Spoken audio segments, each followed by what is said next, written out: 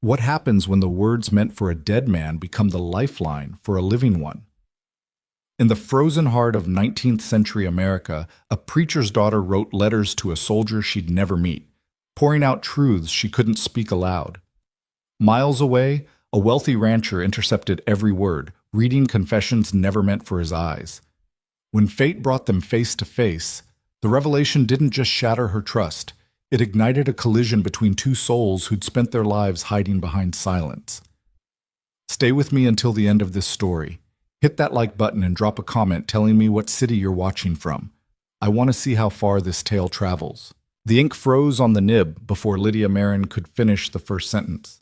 She sat in the cramped corner of her father's study, the only room in the parsonage with a window that didn't rattle like bones in the January wind, and stared at the blank page before her. Outside, the Iowa prairie stretched white and merciless, a landscape that swallowed sound and returned only silence. The Charity Society had given her a name, Corporal James Ward, 5th Infantry Division. They'd given her instructions too: write cheerfully, write often, remind our brave soldiers that home remembers them. But Lydia Marion had never been good at cheerful. "You're still working on that?" Her sister Margaret appeared in the doorway, already buttoned into her wool coat, ready for the afternoon's charity meeting. Margaret had perfect posture, perfect penmanship, and a perfect talent for saying exactly what people wanted to hear.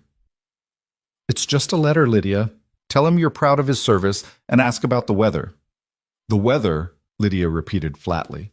"Or his regiment. Or his hometown." Margaret adjusted her gloves with practiced efficiency. "Mrs. Pemberton says her soldier writes back the loveliest descriptions of camp life. It's quite uplifting." Lydia suspected Mrs. Pemberton's soldier was either lying or delusional, but she kept that observation to herself. Margaret meant well. Everyone in the First Presbyterian Ladies' Auxiliary Society meant well. That was precisely the problem. "I'll manage," Lydia said. Margaret's expression flickered with something that might have been pity. "Mother says you're to come to tea service at 4. The Haversham boy will be there." "The Haversham boy is 43 years old and collects taxidermied squirrels. He has prospects." "He has squirrels, Margaret." Her sister's mouth thinned. "Not everyone can afford to be particular. You're 26, Lydia. That's old, I'm aware." Lydia turned back to her blank page. "I'll be at tea." Margaret lingered another moment, then swept out with a rustle of skirts and righteousness. The study fell quiet again, save for the tick of the mantel clock and the whisper of wind against glass. Lydia picked up her pen. "Dear Corporal Ward." She stopped, stared at the words. The Charity Society had been very specific about tone: optimistic, supportive, maternal, without being inappropriate. Letters were meant to boost morale, not burden soldiers with the troubles of home. Write about spring flowers and upcoming holidays. Include a pressed violet or a recipe for molasses cookies. Remind them what they're fighting for. But what if you weren't sure what anyone was fighting for? What if the whole enterprise felt like a performance, staged by people who'd never felt the particular loneliness of knowing your thoughts were too sharp, your questions too difficult, your presence too much? Lydia dipped her pen again. "Dear Corporal Ward, I've been asked to write you cheerful letters, but I'm afraid I'm not a very cheerful person. I could lie, tell you about church socials and spring planting and the things I'm told a soldier wants to hear from home. But that feels dishonest, and I suspect you've had enough of people lying to make themselves comfortable. The truth is this: I don't know you. You don't know me. Perhaps that makes this easier, or perhaps it makes it pointless. I'm not sure yet. Today is January 17th, and the cold is so bitter it feels like the landscape itself is angry. There are ruins outside town, the remains of an old trading post from before the territory was settled. My father says they're an eyesore and should be cleared away, but I visit them anyway. There's something honest about stones that have outlasted the people who placed them. They don't pretend to be anything other than what they are. I suppose I'm writing to you because the Charity Society insists someone must, and I drew your name from their basket, but also because there's a possibility, however small, that you might understand what it's like to be surrounded by people and still feel entirely alone. If you do write back, tell me something true. Not about the weather, not about morale. Something that matters. Yours in reluctant correspondence, Lydia Marin. She folded the letter before she could reconsider, sealed it with wax, and copied the address from the society's roster onto the envelope. It would go out with tomorrow's post, carried by rail and wagon to some distant military outpost she couldn't picture. Corporal Ward would probably never respond. Or worse, he'd write back with exactly the kind of platitudes she'd refused to offer. Reassurances that God had a plan and distance made the heart grow fonder, and other lies people told when they didn't know what else to say. But at least she'd been honest. The second letter came easier. 3 weeks passed with no response from Corporal Ward, which Lydia took as confirmation that honesty was indeed unwelcome. Margaret Soldier had already replied twice, sending a pressed wildflower and a description of a sunset that Margaret read aloud at dinner with tears in her eyes. Even Mrs. Pemberton's correspondence had yielded a recipe for hardtack that the auxiliary planned to replicate for the spring charity drive. Lydia's letter remained unanswered. Still, when February's bitter cold gave way to an even more bitter thaw, the kind that turned the roads to freezing mud and made every step outside an exercise in misery, she found herself back at her father's desk with another blank page. Dear Corporal Ward, I'm writing again, though I don't expect you'll answer. Perhaps my first letter offended you. Perhaps it never arrived. Perhaps you read it and decided quite reasonably that you have enough trouble without adding a stranger's melancholy to your load. But I've discovered something. Writing to someone who doesn't write back is oddly freeing. It's like speaking into a cave and hearing only echoes. The words exist, but they don't require anything of me afterward. Today I walked to the ruins again. The thaw has turned everything to mud except those old stones. They remain exactly as they were. Permanent. Indifferent. My father gave a sermon last Sunday about the importance of adaptability, of bending like reeds in the wind rather than breaking like rigid branches. Everyone nodded. Everyone agreed. But I kept thinking about those ruins, how they've stood for decades precisely because they refuse to bend. I wonder if we've been taught the wrong lessons about survival. My sister says I think too much. My mother says I should focus on practical matters, marriage, household management, the cultivation of pleasant conversation. They're probably right. A woman who spends her afternoons talking to stones and writing letters to silent soldiers is probably not demonstrating sound judgment. But here I am anyway, writing to you. Perhaps that makes us both fools. You for being wherever you are, me for believing these words might reach you. Tell me, Corporal Ward, what do you do when you're supposed to be grateful for a life that fits you like borrowed shoes? Still yours, in unlikely correspondence, Lydia Marin. She sent that letter too. And the next one, written in March when the Charity Society held a spring luncheon and Lydia spent 2 hours listening to women discuss the proper depth of a pie crust while pretending their opinions mattered. Dear Corporal Ward, I attended a luncheon today where 16 women debated whether apples should be sliced thin or chunked for pie filling. 16 women. 2 hours. I sat there thinking about all the things we don't discuss. Loneliness, disappointment, the specific terror of waking up and realizing your life has narrowed to a series of small, acceptable choices. No one at that luncheon was unhappy, or if they were, they'd learned to hide it beneath recipes and embroidery patterns and discussions of whose garden looked most promising. I don't know if soldiers think about such things. Perhaps when you're cold and hungry and far from home, the idea of women arguing over pie crust seems like paradise. Perhaps you'd trade every real conversation for the chance to be bored at a church luncheon. Or perhaps you understand exactly what I mean, that a person can be surrounded by community and still feel like they're shouting into wind. The ruins are still there. I visit them more often now. There's a particular stone near the eastern wall where I sit and read. No one from town goes there. They say it's bad luck or pointless or both. But it's the only place I feel like I can breathe without someone monitoring the depth. Are you somewhere you can breathe, Corporal Ward? Or are you holding your breath too, waiting for permission to be fully yourself? Write back if you want. Or don't. Either way, I'll keep sending these letters. At least until someone tells me to stop. Yours in persistent foolishness, Lydia. The letters became a rhythm.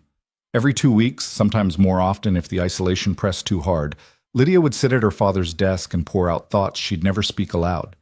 She wrote about books, the ones she borrowed from the traveling library, and the ones she bought with money saved from mending work. She wrote about her father's sermons, analyzing them with the same critical eye she'd apply to any text, noting contradictions and convenient omissions. She wrote about her mother's quiet disappointment, about Margaret's impending engagement to a banker's son, about the particular loneliness of being the daughter who didn't quite fit the mold but couldn't quite break it either, and she wrote about the ruins. "They've become my confessional," she admitted in an April letter, "the place where I can be exactly as strange and difficult as I am.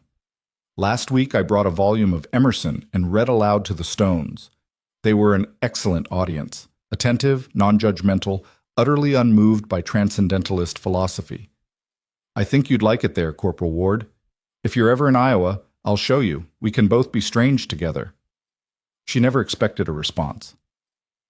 The silence from Corporal Ward had become its own kind of answer, permission to speak without consequence, to exist without judgment. In a life constrained by expectations and propriety, these one-sided letters became her single act of rebellion. What Lydia didn't know, what she couldn't know, was that every letter found its mark, just not the mark she intended. 400 miles west, in the grassland territory that would someday be called Montana, a man named Wyatt Callahan sat in his study reading words that had been meant for a dead soldier. The first letter had arrived in February, forwarded through a confused postal system that still listed his ranch's address under its previous designation as a military outpost. The estate had been a cavalry station during the territorial conflicts of the 1850s, decommissioned and sold when the Army moved its operations south. Wyatt's father had purchased it for practically nothing, built it into a cattle empire, then died and left the whole enterprise to his only son. That son now controlled 15,000 acres, employed 40 men, and maintained business relationships with banks in 3 territories. He was 34 years old, unmarried, and so wealthy that his opinions carried weight in territorial politics, whether he wanted them to or not. He was also, by most definitions, completely alone. The letter had come with a bundle of other mail, contracts, invoices, a notice about grazing rights. His foreman had brought it to the main house without ceremony, dropping it on Wyatt's desk alongside everything else that required his attention. "Dear Corporal Ward," it began. Wyatt had nearly thrown it out. Some mistake, some misdirection of military correspondence. He'd started to set it aside when the second paragraph caught his eye. "I could lie, tell you about church socials and spring planting and the things I'm told a soldier wants to hear from home. But that feels dishonest, and I suspect you've had enough of people lying to make themselves comfortable." He'd read it through, then read it again. No one, in Wyatt's experience, spoke like this. Not in letters, not in business, not in the careful social dance of territorial society, where everyone smiled and agreed and kept their actual thoughts locked safely away. This woman, this Lydia Marin, wrote like someone who'd stopped pretending. He should have returned the letter, should have sent a note explaining the error, redirecting her to the proper military channels. Instead, he'd kept it. And when the second letter arrived 3 weeks later, he'd kept that too. Writing to someone who doesn't write back is oddly freeing, she'd observed. It's like speaking into a cave and hearing only echoes. Wyatt understood caves. He'd built one around himself, not from stone, but from money and land and the careful maintenance of distance. After his father died, after the business threatened to collapse, after he'd spent 3 years dragging the ranch back from ruin, he'd learned that isolation was easier than intimacy. Safer. Less likely to end in betrayal or disappointment, or the particular agony of letting someone close enough to see how much effort it took to keep everything from falling apart. He employed men, conducted business, maintained necessary relationships. But friendship? Connection? The kind of honesty Lydia Marin poured into her letters? That had died with his father. Or so he'd thought. The third letter arrived in March, and Wyatt found himself waiting for the post with an anticipation he hadn't felt in years. He told himself it was curiosity. An interesting diversion, the literary equivalent of watching a bird build a nest. Fascinating, but ultimately inconsequential to his own life. A woman who spends her afternoons talking to stones and writing letters to silent soldiers is probably not demonstrating sound judgment, Lydia had written. Wyatt had laughed, actually laughed, alone in his study. When was the last time anything had made him laugh? He began organizing his schedule around the mail delivery, would stop whatever he was doing when his foreman brought the post, sorting through it with carefully maintained indifference until he found the envelope with Lydia's distinctive handwriting. She wrote about her sister's luncheons and her father's sermons and the ruins outside her town. She wrote about books, Emerson, Thoreau, writers Wyatt kept in his own library, but had never discussed with another living soul. She wrote about loneliness with a precision that made his chest ache.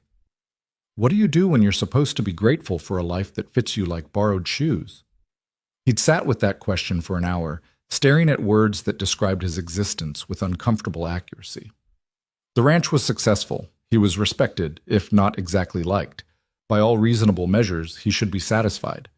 But borrowed shoes were still borrowed, no matter how expensive the leather. The April letter mentioned the ruins again, her private sanctuary, the place where she could be strange without judgment. Wyatt found himself envying those stones, those silent witnesses to her honesty. I think you'd like it there, Corporal Ward. If you're ever in Iowa, I'll show you. We can both be strange together. He traced those words with his finger, this casual invitation extended to a dead man by a woman who had no idea her letters were landing in the hands of a Montana rancher who'd forgotten what it felt like to be truly known. It was wrong to keep reading, wrong to maintain this fiction. Every letter that arrived was a violation of her privacy, her trust, her assumption that these words were going to a soldier who would either respond or disappear. But Wyatt couldn't stop. Because for the first time in years, maybe in his entire adult life, someone was speaking to him without pretense, without agenda, without the careful calculation that came with every interaction in his actual life. Yes, she thought she was writing to someone else. Yes, the intimacy was built on a lie, but the words were real. Her loneliness was real. And Wyatt's desperate need for this connection, however dishonest, was the realest thing he'd felt since his father's funeral. So he kept the letters, filed them in a locked drawer in his desk, organized by date, read them when business felt particularly suffocating, when the isolation of the ranch pressed too hard, when he needed to remember that somewhere out there, someone else understood what it meant to be surrounded by people and still feel invisible. The May letter arrived on a Thursday. Dear Corporal Ward, I've been thinking about silence, the different types, the different weights. There's the silence of being alone, which can be peaceful, the silence of being ignored, which is crushing, and then there's the silence of choosing not to speak, because the truth is too complicated or too raw or too likely to be misunderstood. I think you and I practice that third kind, me in these letters that I send without expecting response. You, in whatever circumstances, keep you from writing back. We're both choosing silence, but we're choosing it consciously. That feels different, somehow. More honest than pretending to connect. My father announced last week that we're relocating. He's been assigned to a new parish in the Montana Territory, a growing community that needs spiritual guidance, apparently. We leave in June. Wyatt's hand stilled on the page. Montana Territory. I don't know what to feel about this. Relief, perhaps, at leaving a place where I've never quite belonged. Anxiety about starting over somewhere even more remote. My sister is devastated. Her engagement will have to be postponed, possibly canceled. My mother is resigned, and I'm thinking about the ruins. About leaving the one place where I felt I could be myself, even if that self was alone with stones and wind. I asked my father where exactly we're relocating. He says it's near a town called Laurel Creek, in the cattle country south of Fort Benton. Do you know it? Have your travels taken you anywhere near such places? I imagine not. Soldiers go where they're ordered, and I doubt the Montana Territory ranks high on the Army's priority list. Still, it's strange to think I might be closer to wherever you are, geographically, if not actually. I'll keep writing, even from Montana. These letters have become my tether to something real. I hope, wherever you are, whatever you're facing, you have something similar. Some small act of honesty that reminds you who you are beneath all the roles you're required to play. With persistent hope, Lydia Wyatt set the letter down with hands that had begun to shake. Laurel Creek. Laurel Creek was 14 miles from his ranch. The woman whose honesty had become his lifeline, whose words he'd been stealing for months, was moving into his territory. Would be living close enough that he might see her on the street, might encounter her at a business meeting or social function, might have to look her in the eye, knowing he'd violated her privacy in the most intimate way possible. He should burn the letters, should send a confession or a redirection, or simply stop reading when the next one arrived. But even as the thought formed, Wyatt knew he wouldn't. Because Lydia Marin was coming to Montana, and for the first time in a decade, Wyatt Callahan felt something other than resignation about the future. He felt terrified. Set. The June letter arrived at the ranch before Lydia herself arrived in Laurel Creek. Dear Corporal Ward, this will be my last letter from Iowa. By the time you receive this, if you receive this, I'll already be on the train heading west. Everything I own fits into 2 trunks. Everything I was fits into even less. I visited the ruins one final time yesterday, sat on my usual stone and tried to memorize the way the light falls through the gaps in the walls. Tried to explain to those rocks why I was leaving, though of course they didn't care. They'll still be there long after I'm gone, permanent and indifferent as always. Margaret cried for 2 hours about leaving her fiancé. Mother packed in grim silence. Father made speeches about opportunity and new beginnings, and I felt nothing. Or not nothing, something too complicated to name. Like I'm shedding a skin that never quite fit, but I'm not sure what's underneath. I don't know what Montana will hold. Probably more of the same. Different location, same expectations. Different stones, same loneliness. But there's a part of me that hopes. What? That distance will change me? That new territory will somehow make me different enough to fit? Foolish, probably. I'll write again once we're settled. The address will change, but I hope the letters will still find you, wherever you are. Whatever you're facing. Thank you for being silent, Corporal Ward. Your silence has been the most honest conversation I've ever had. Yours across the distance, Lydia Marin Wyatt read that letter 7 times. Then he locked it away with all the others, walked out to the eastern pasture where his foreman was managing a horse-breaking operation, and stood in the Montana wind trying to figure out what the hell he was going to do when Lydia Marin arrived in Laurel Creek and discovered that Corporal Ward was a fiction, and the man who'd been reading her soul was very much real. The train deposited the Marin family in Laurel Creek on a Thursday afternoon in late June, when the Montana sun hung white and merciless in a sky too big for Lydia's Iowa-trained eyes to comprehend. She stepped onto the platform with her 2 trunks and a growing sense that she'd made a terrible mistake in hoping geography might change anything fundamental about her life. The town was smaller than she'd expected, a main street of false-fronted buildings, a hotel that had seen better days, and enough dust to coat everything in a fine layer of grit within minutes of arrival. It's rustic, her mother said, which was charitable. It's primitive, Margaret corrected, which was accurate.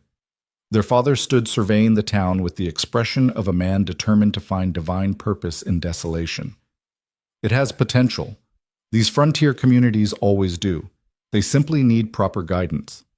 Lydia said nothing. She was watching the way the mountains rose in the distance, jagged and indifferent, making the Iowa prairie seem tame by comparison. There was something brutal about this landscape, honest in its refusal to pretend it cared whether humans survived or perished in its vastness. She thought she might like it here.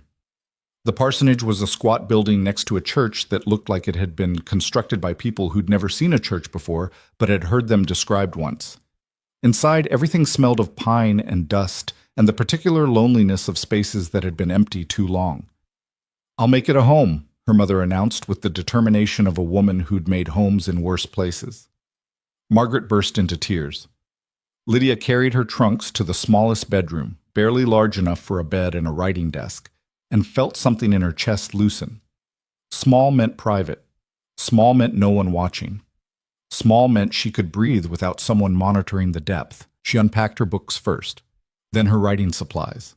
The rest could wait. That evening, while her mother organized the kitchen and her father met with the church elders, and Margaret mourned her abandoned engagement, Lydia sat at her new desk and began a letter. The words came slower than usual. Everything felt different here. The light, the air, even the silence had a different quality. But she wrote anyway, because the ritual mattered more than the content. She was halfway through describing the journey when someone knocked on the front door. Lydia set down her pen and went to answer it, expecting a neighbor with a welcoming basket or perhaps one of the church elders come to inspect the new preacher's family. Instead, she found a man in his 30s, tall and lean in the way of people who worked outdoors, wearing clothes that had cost real money but weren't meant for show. He had dark hair, darker eyes, and an expression that suggested he'd rather be anywhere else. "Can I help you?" Lydia asked. "I'm looking for Reverend Marin." His voice was low, carefully neutral.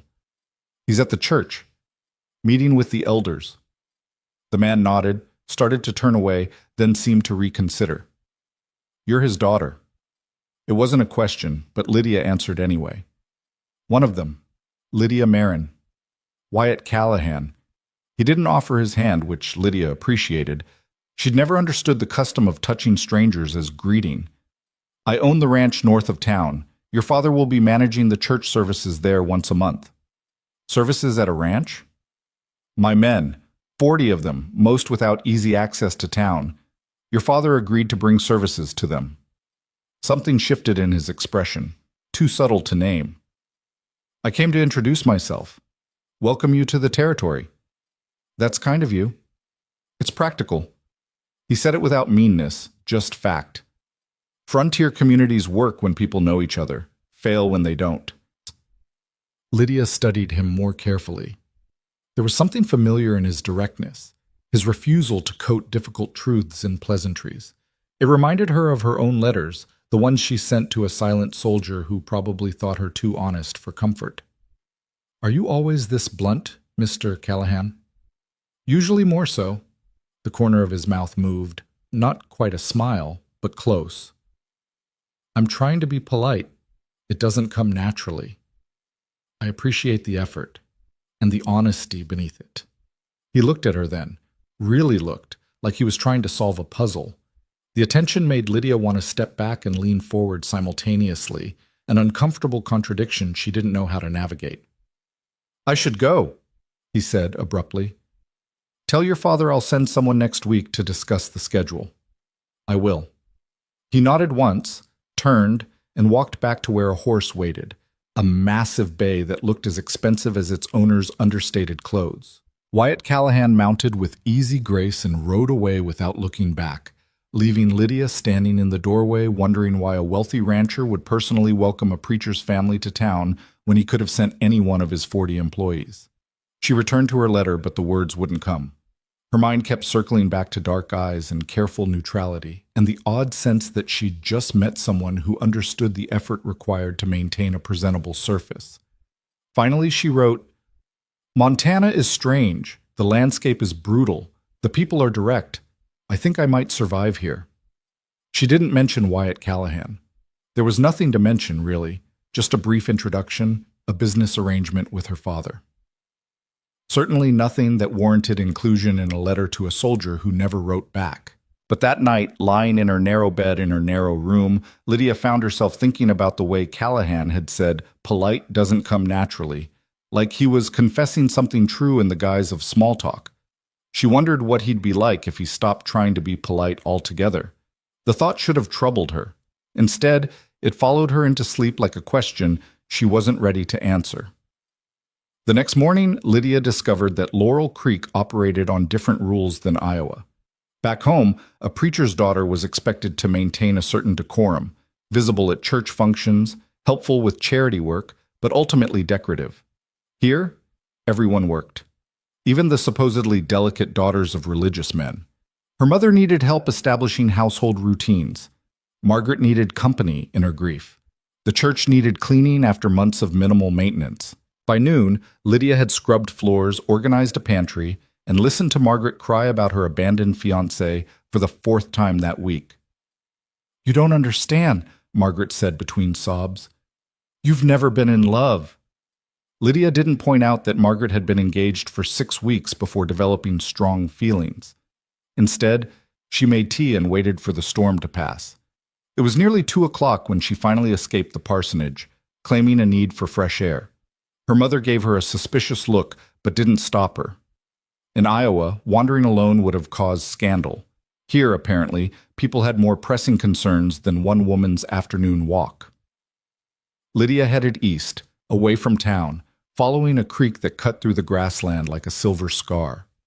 The landscape here was different from Iowa's ruins. No ancient stones, no remnants of previous occupation. Just earth and sky, and the sense that human presence was temporary at best. She walked for nearly an hour before she found it. A rock formation rising from the prairie like a question mark, weathered and solitary. Not ruins exactly, but something equally honest. A place that existed without needing permission or purpose. Lydia sat on the sun-warmed stone and pulled out the small notebook she'd brought. Started writing, not a letter this time, just thoughts. Observations about the landscape, the light, the way Montana seemed to strip away everything unnecessary until only truth remained. She was so absorbed in writing that she didn't hear the horse approach until it was nearly upon her. Lydia looked up to find Wyatt Callahan sitting astride the same bay from yesterday, watching her with an expression she couldn't read. Miss Marin. Mr. Callahan. She closed her notebook, suddenly aware of how isolated they were, how improper this would look to anyone from her old life. Are you following me? This is my land. Lydia glanced around at the unmarked prairie. All of it? 15,000 acres. You're currently sitting on the eastern boundary. He dismounted with that same easy grace, though he kept his distance. I was checking fence lines. Didn't expect to find anyone out here. Should I leave? He considered the question seriously, like it actually mattered what he thought. You like it here? I only just found it. But you like it? It wasn't really a question, but Lydia answered anyway. Yes, it's honest. Wyatt's expression shifted, something that might have been recognition or surprise or both. Honest, he repeated. It doesn't pretend to be anything other than what it is. Rock and grass and sky. No performance required. He was quiet for a long moment, still watching her with that unsettling attention. Then, there are better spots on the property, if you want honest landscape. You're inviting me to trespass more thoroughly? I'm saying if you're going to trespass anyway, you might as well see the better views. He paused. Unless you prefer I formally ban you from the property.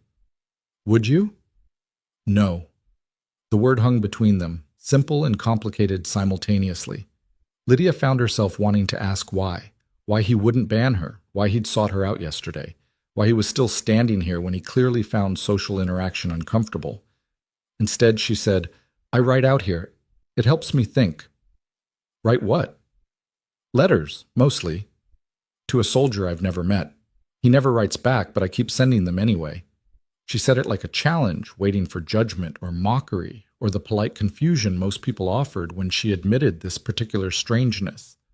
Wyatt's face went carefully blank.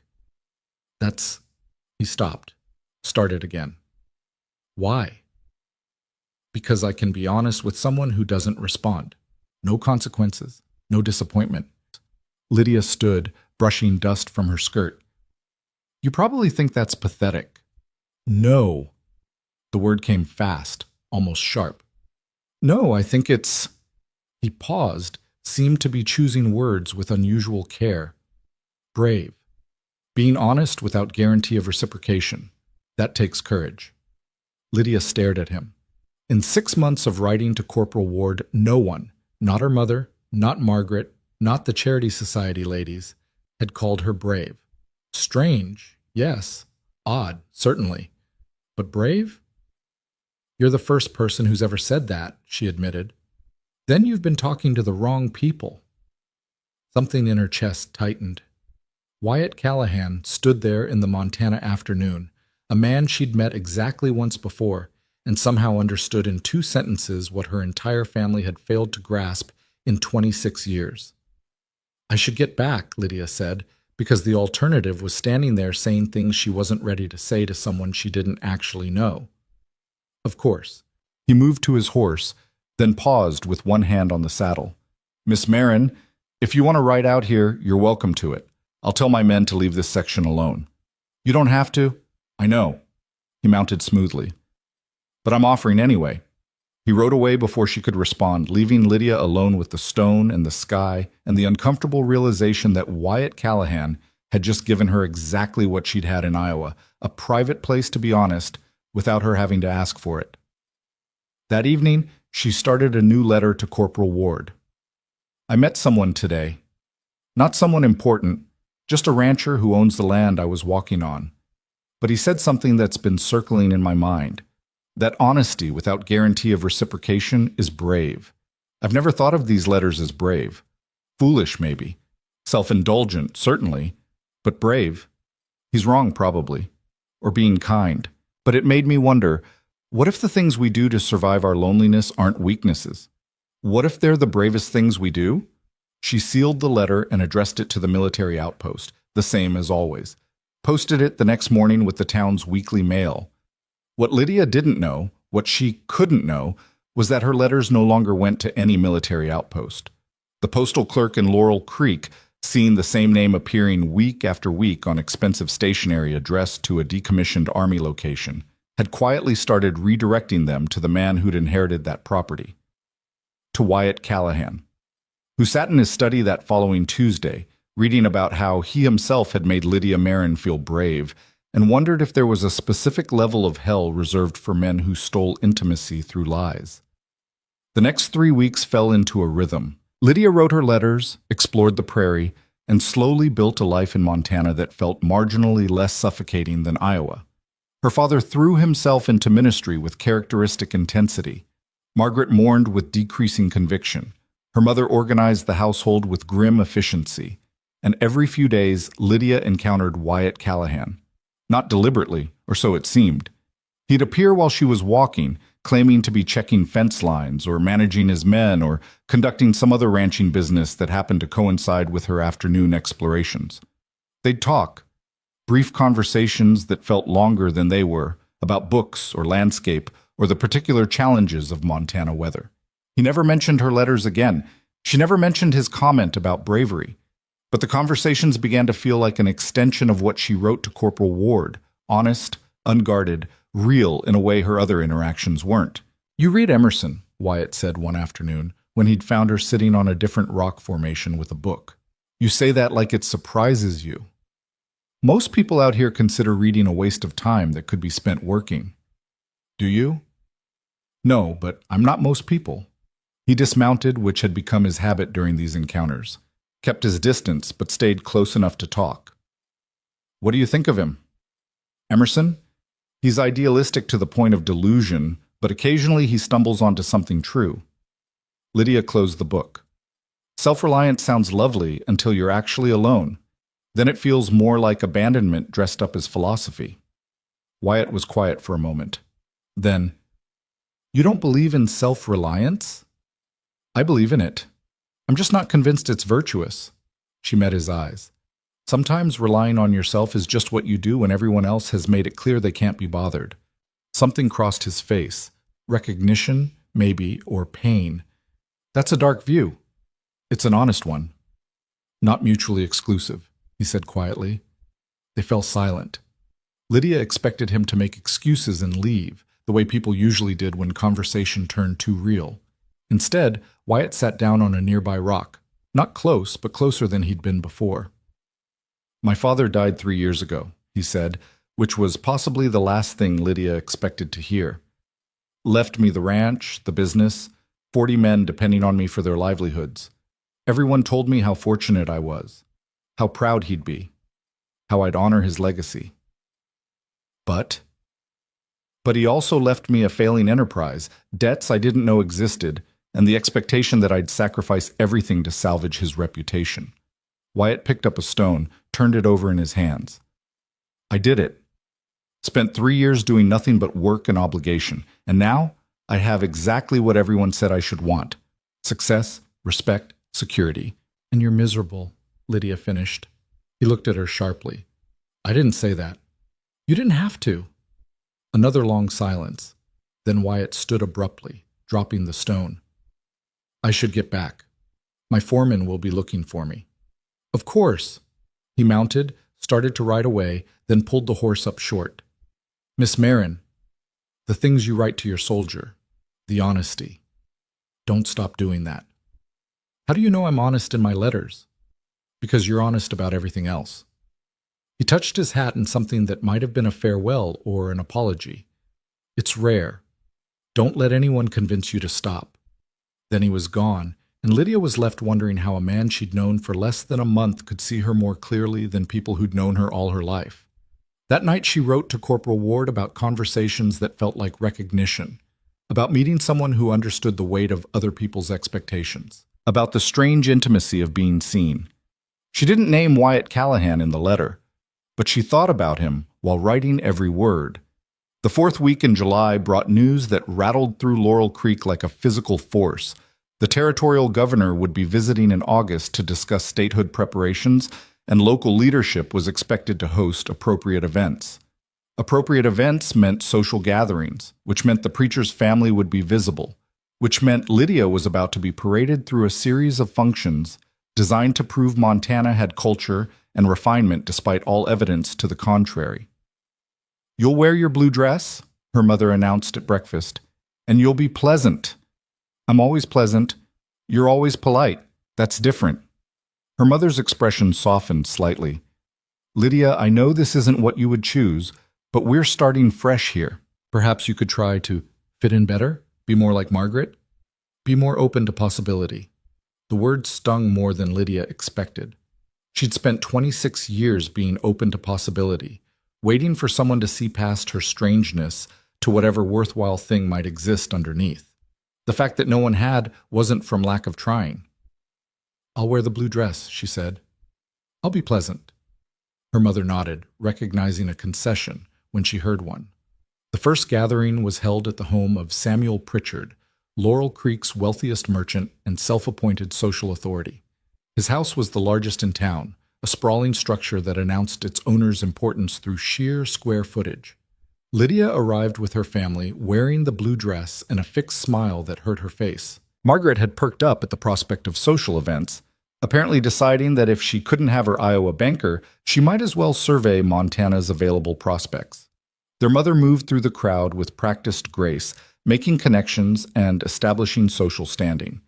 And Lydia stood near the refreshment table, counting the minutes until she could reasonably leave. "You look like you'd rather be anywhere else." She turned to find a man in his 40s, well-dressed and smiling with the confidence of someone accustomed to being welcomed. "I'm sorry?" "I'm only observing. Thomas Garrett. I manage the bank." He offered his hand. "You're the new preacher's daughter." "Lydia Marin." She shook his hand briefly. "And you're correct. I would rather be anywhere else." Garrett laughed like she'd told a joke. "Refreshing honesty. Most people pretend to enjoy these things." "I'm not most people." "Clearly."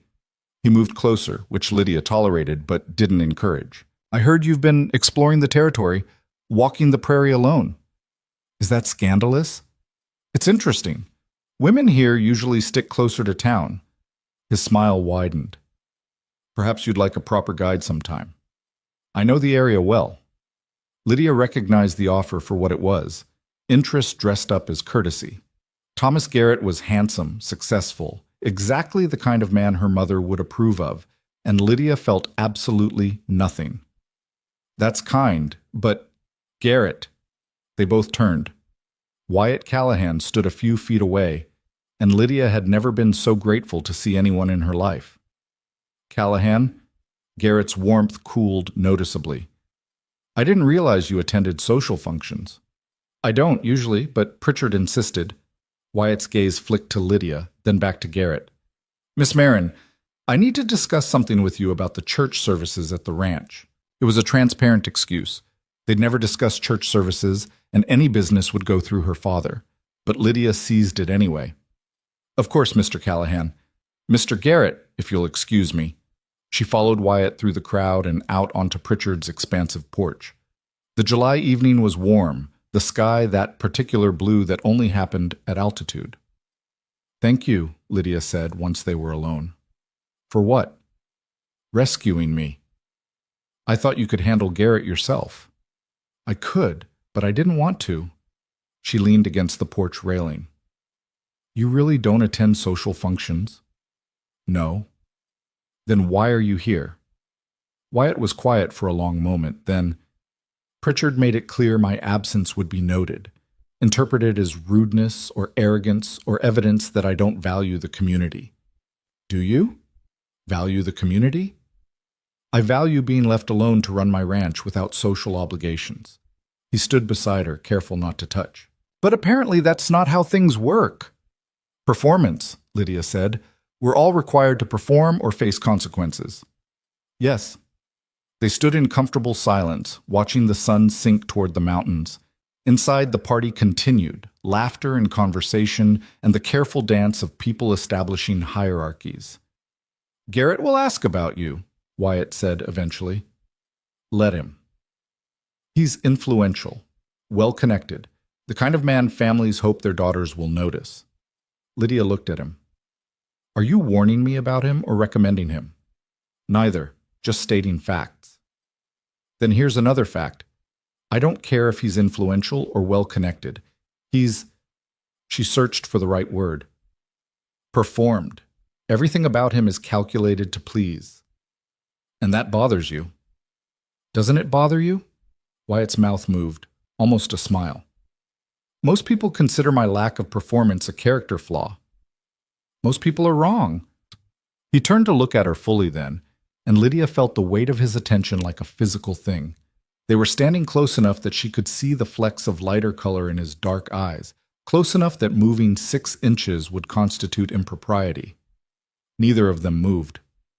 "I should get back inside," Wyatt said, but he didn't move. "Should I?" "No, you should stay out here as long as you can stand it." He stepped back, putting proper distance between them. "But I should make an appearance. Fulfill the minimum social requirement before I can leave with a clear conscience."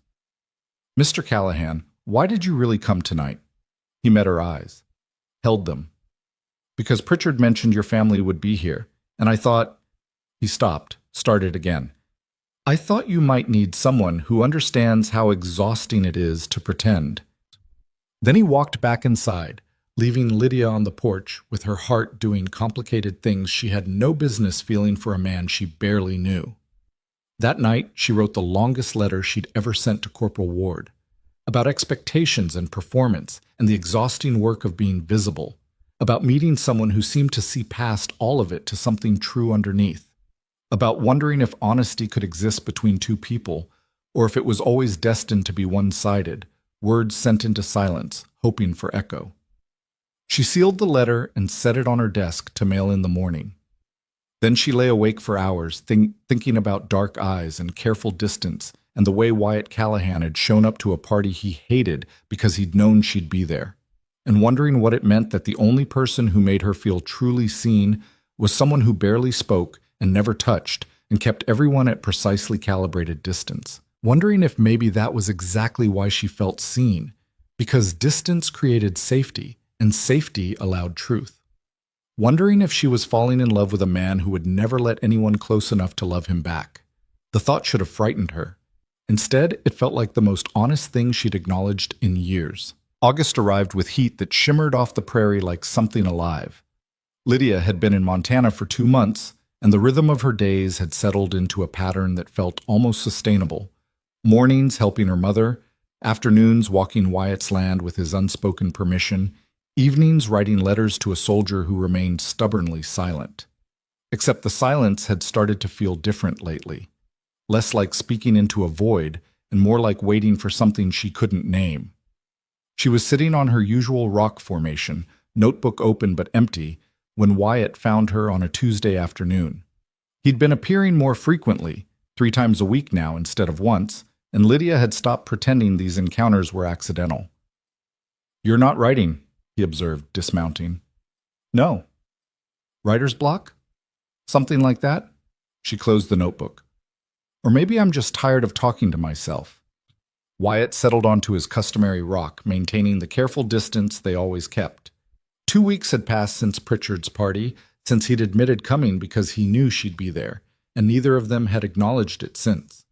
"Your soldier still hasn't written back," he said. It wasn't a question, but Lydia answered anyway. "No, he never has. I'm beginning to think he never existed at all." She meant it as a joke, But Wyatt's expression went carefully blank in that way she'd learned meant he was hiding something. Would it matter? He asked. If he never existed? I'm not sure. The letters have always been more for me than him. Lydia turned the notebook over in her hands. Does honesty count if the person receiving it isn't real? The honesty is real. That's what counts. You sound very certain. I am. He picked up a stone, that habit he had when conversations turned uncomfortable. I think honesty is rare enough that the direction it travels matters less than the fact that it exists at all. Lydia studied him. The way he wouldn't meet her eyes, the tension in his shoulders, the careful control he maintained even in casual conversation. Mr. Callahan, are you ever dishonest? Yes. The answer came fast enough to surprise her. She'd expected deflection, or that almost smile he used to avoid real answers. About what? Everything that matters. He was still turning the stone over, focused on it like it held answers. I tell people I'm fine when I'm not. I attend social functions I despise and pretend I value community. I let men work for me who think we're friends when I can't remember the last time I had an actual friend. He finally looked up. I'm dishonest about everything except the fact that I'm dishonest. That's the most honest thing I've ever heard you say. Don't sound so pleased about it. Why not? You just proved my entire theory about performance and pretense. Lydia leaned forward. We're all lying all the time just to survive being visible. That's a bleak worldview. It's true, though, isn't it? Wyatt was quiet for a long moment. Then, yes. For most people, most of the time, but not always. Name an exception. Your letters. To your soldier who doesn't exist. He held her gaze. Those are true. You don't perform in those. How would you know? The question hung between them. Wyatt's expression shifted, something that might have been panic or guilt or both. Because you told me, he said carefully. You said you write honestly to him because there are no consequences. I did say that. Lydia watched him closely. But that doesn't tell you whether I'm actually honest or just convinced myself I am. I know anyway. How? Because... He stopped, set down the stone. Because I can tell. The way you talk about those letters. The way you protect them. That's not performance. There was something in his voice that made Lydia's pulse quicken. An intensity that felt like confession or desire or something she didn't have words for. Mr. Callahan, I should go. He stood abruptly. I have a meeting with the Territorial Land Office. I just wanted to... He didn't finish the sentence, just mounted his horse and rode away like he was escaping something. Lydia sat alone in the afternoon heat trying to understand what had just happened. The conversation had felt different, charged, like they'd been talking about two things at once, the surface topic and something deeper that neither of them wanted to name. She opened her notebook and started writing, not a letter this time, but an attempt to capture the feeling, the way Wyatt had looked at her. The careful way he'd talked about honesty and dishonesty and letters to soldiers who might not exist. The way she'd felt like he was trying to tell her something without actually saying the words. 3 days later, her father announced that Wyatt had invited the family to visit the ranch. Not for church services, those wouldn't start until September, but for dinner. A social courtesy extended to the new preacher's family. It's quite an honor, her father said at breakfast. Mr. Callahan rarely entertains. His foreman says the last dinner party was before his father died. Then why invite us? Margaret asked. Professional courtesy, I imagine. And perhaps he's lonely. Her mother looked pointedly at Margaret. A wealthy, single man in his 30s? It wouldn't hurt to make a good impression. Lydia felt something cold settle in her stomach. Of course. Her mother saw Wyatt Callahan the way everyone else did. A prospect, a catch, a solution to the problem of unmarried daughters. I'm sure Mr. Callahan isn't interested in romantic entanglements, Lydia said carefully. How would you know? I've met him. He's... She searched for words that wouldn't reveal too much. Reserved, focused on his business. All the more reason he might appreciate the company of a suitable young woman. Her mother's gaze shifted between her daughters. Both of you will dress appropriately. This is an important connection for your father's work. The dinner was set for Saturday evening. Lydia spent the intervening days in a state of low-grade anxiety that she couldn't quite explain. She'd been to Wyatt's land dozens of times, had talked with him for hours over the past 2 months. But this felt different, formal, public, a performance instead of the honest conversations they'd built in private. Saturday arrived too quickly. Lydia dressed in her better gown, dark green, simple but well made, and tried to ignore Margaret's elaborate preparations or her mother's instructions about proper behavior. The ranch house sat on a rise overlooking a valley that stretched toward mountains in the distance. It was larger than Lydia had imagined, a two-story structure built from stone and timber, designed to last. Not ostentatious, but undeniably expensive. Wyatt met them at the door, dressed formally but still somehow restrained. He greeted her father with respect, her mother with courtesy, Margaret with polite distance. When he turned to Lydia, something flickered in his expression. "Miss Marin." "Mr. Callahan." "I hope you don't mind the informality. I don't entertain often." "We appreciate the invitation," her father said before Lydia could respond. Wyatt led them inside. The house was beautiful in an understated way. Dark wood, stone fireplaces, furniture that prioritized function over decoration. Books lined the walls of every room they passed. Real books, worn from actual reading, not the decorative volumes people displayed to appear cultured. Lydia found herself cataloging titles as they walked. Emerson, Thoreau, Whitman, Darwin. The same writers she'd mentioned in her letters to Corporal Ward. The same writers she'd discussed with Wyatt during their afternoon conversations. Dinner was served in a dining room that could have seated 20 but held only a table set for 5. The food was simple but excellent. Roast beef, fresh vegetables, bread that someone had clearly spent hours perfecting. Wyatt had hired a cook from back east, he explained. A woman whose husband had died and who'd needed work and a place to start over. "You seem to specialize in people starting over," Lydia observed. "It's a frontier territory. Everyone's starting over." He met her eyes across the table, some more successfully than others. The conversation flowed easily enough, her father asking about ranch operations, her mother making appropriate comments about the house, Margaret contributing occasional observations. Wyatt answered questions with his usual careful control, revealing nothing beyond surface information. But every so often, his gaze would drift to Lydia, and she'd feel that same charge from their last conversation, like they were speaking in code while everyone else heard only pleasantries. After dinner, Wyatt offered to show them the property.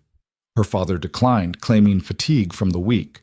Her mother insisted on staying inside to discuss household management with the cook, which left Wyatt standing in the doorway looking at Margaret and Lydia with obvious discomfort. "I'd love to see the grounds," Margaret said quickly.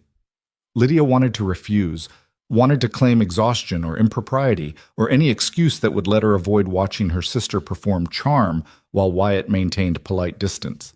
But she couldn't, not without explaining why the prospect bothered her so much. The three of them walked out into the evening. The sun was setting, painting the valley in shades of gold and orange that seemed impossible. Wyatt led them past the main barn toward a fence line that overlooked the valley. "It's beautiful," Margaret said, which it was. "You must feel very fortunate to own all this." "Fortunate isn't the word I'd use," Wyatt replied. "What word would you use?" "Responsible. Burdened." He paused. "Alone." Margaret laughed like he'd made a joke. "Surely not alone. You have 40 men working for you, and you're clearly well connected in the territory." "That's not the same as not being alone." Something in his voice made Margaret falter. She glanced at Lydia as if looking for guidance, but Lydia was watching Wyatt, watching the way he stood apart even while standing with them, the way he looked at the landscape like it might offer escape from a conversation he couldn't exit politely. "Perhaps we should head back," Margaret suggested after an uncomfortable silence. "You go ahead," Lydia heard herself say. "I'd like to see more of the property, if that's acceptable." Wyatt's gaze snapped to her. "It's your choice." Margaret hesitated, clearly torn between propriety and self-preservation. Finally, "I'll tell Mother you'll return shortly." She walked back toward the house, leaving Lydia and Wyatt standing by the fence in the fading light. "Thank you," Wyatt said quietly once Margaret was out of earshot. "For what?" "For understanding that I couldn't—" He stopped. "Your sister is perfectly pleasant, but But she's performing, Lydia finished. Trying to be what she thinks you want. Yes. They stood in silence. Below them, the valley filled with shadow as the sun touched the mountains. Why did you really invite us here, Sai? Lydia asked. Your father wanted to discuss church services. You could have discussed that at the parsonage, or after church. She gestured at the house, the grounds, the elaborate dinner. This was something else. Wyatt was quiet for so long that Lydia thought he might not answer. Then, I wanted to see you somewhere other than isolated rock formations. Wanted to know if... He stopped again. If what? If the honesty we've built only works because it's private, hidden. He turned to look at her fully. Or if it could survive being visible. Lydia's breath caught. And? I don't know. You spent dinner being exactly as pleasant and appropriate as your mother wanted. Maybe that's who you really are. Maybe the woman I've been talking to on the prairie is the performance. The accusation stung because it was partially true. She had performed at dinner, had let her mother's expectations shape her responses, had been the dutiful daughter instead of the honest woman who wrote letters to soldiers and sat on rocks reading Emerson. You performed too, she said. Perfect host, gracious. Careful to give no offense. I know, I hate it. Then why do it? Because... Wyatt's hands gripped the fence rail. Because I don't know how to be both things. The man who runs this ranch and maintains appearances and fulfills obligations, and the man who wants to tell the truth. They can't exist in the same space. So we're both lying, Lydia said. Just in different directions. Yes. The word hung between them, heavy with everything they weren't saying. Lydia thought about her letters to Corporal Ward, about the honesty she'd poured into words sent to silence, about how much easier it was to be true when no one could respond, could judge, could ask her to be something different. I write to my soldier because he can't ask me to change, she said quietly. The silence gives me permission to be honest. Wyatt went very still. And if he wrote back, if he responded, then I'd have to decide if honesty matters enough to risk being seen. She met his eyes. I don't know if I'm that brave. You are. His voice was rough. You're the bravest person I've ever met. You barely know me. I know you better than you think. The statement should have sounded arrogant. Instead, it sounded like confession, like he was trying to tell her something without breaking whatever rules governed their careful distance. Mr. Callahan, Wyatt, please. He moved closer, just a step, but it felt monumental.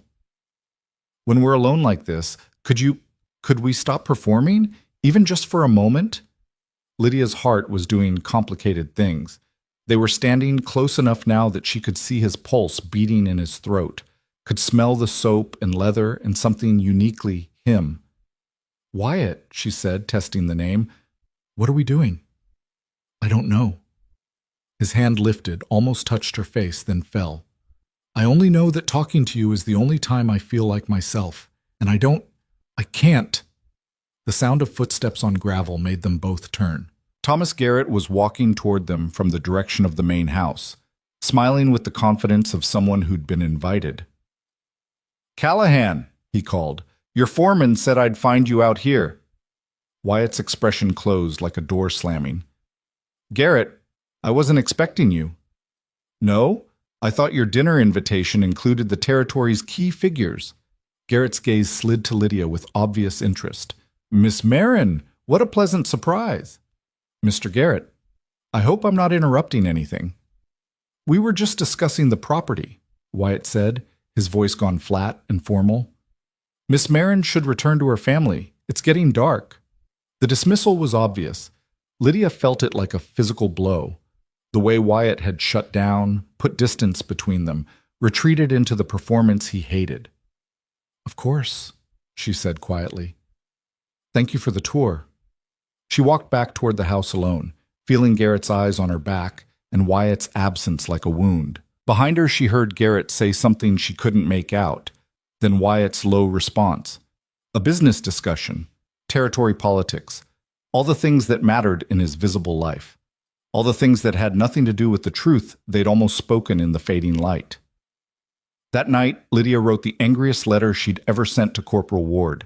About men who said one thing and did another, about cowardice dressed up as propriety, about the exhausting impossibility of being seen when everyone, including her, was too afraid to stop performing.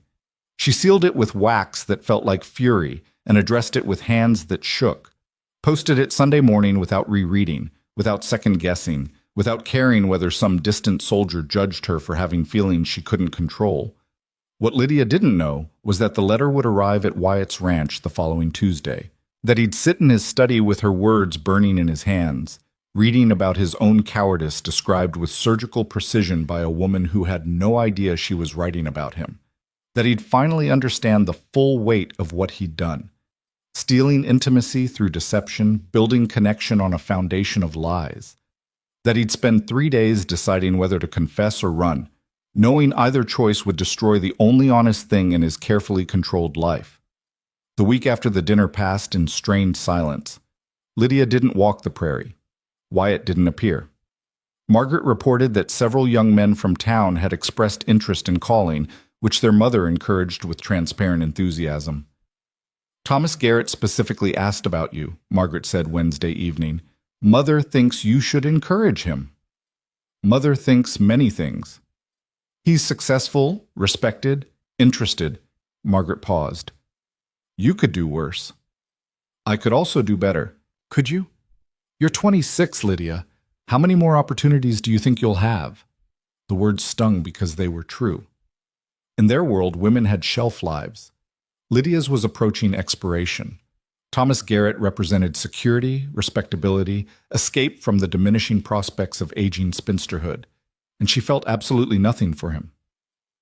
I'll think about it, she lied. Thursday brought a note delivered to the parsonage. Lydia recognized the handwriting immediately, strong, precise, unmistakably Wyatt's. It contained a single sentence. I need to speak with you, tomorrow afternoon, the eastern boundary. No signature, no explanation, just a summons that assumed she'd come. The presumption should have angered her. Instead, Lydia spent Thursday night unable to sleep, wondering what Wyatt wanted to say that required privacy and distance and the kind of urgency that bled through formal handwriting. Friday afternoon arrived too slowly and too quickly. Lydia told her mother she needed fresh air, ignored Margaret's knowing look, and walked toward the eastern boundary of Wyatt's property, with her heart trying to escape her chest. He was already there, standing beside his horse like he'd been waiting for hours. When he saw her, something in his expression cracked. Relief, or pain, or both. Thank you for coming, he said. Did I have a choice? Yes, you always have a choice. He looked terrible, exhausted in a way that went beyond simple tiredness. I needed to talk to you, away from, he gestured vaguely, everything else. What's wrong? Everything. He laughed, but it sounded broken. Lydia, I have to tell you something, and when I do, you're going to hate me. You should hate me, but I can't. I need you to know the truth. Fear flooded her system. What truth? Wyatt reached into his jacket and pulled out a bundle of papers tied with string. Even from a distance, Lydia recognized them. Her handwriting, her letters. Your soldier, Wyatt said quietly. Corporal Ward. He's dead. Has been for over 2 years. The world tilted. What? He died in a skirmish near the Kansas border. The military still has his name on file, but the address they use, it's my ranch, the old cavalry outpost. The postal system redirected your letters to me. Lydia's mind was trying to process information that didn't make sense. You've had my letters? Yes. All of them? Every single one. Since February. He held out the bundle like an offering or an execution. I read them. I know I shouldn't have. I knew it was wrong from the first one, but Lydia, you were the first honest voice I'd heard in years, and I couldn't stop. She stared at the letters. Months of private thoughts, intimate confessions, everything she'd written believing no one would ever read it except a distant soldier who would never respond. And Wyatt had read every word. You knew, she whispered, this whole time, every conversation we had. You knew what I'd written. Yes. About being lonely, about my family, about, her voice broke, everything.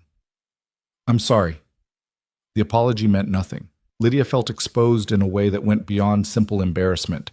He'd seen inside her head without permission, had known her thoughts while she'd known nothing about his deception, had used that knowledge in every conversation they'd had.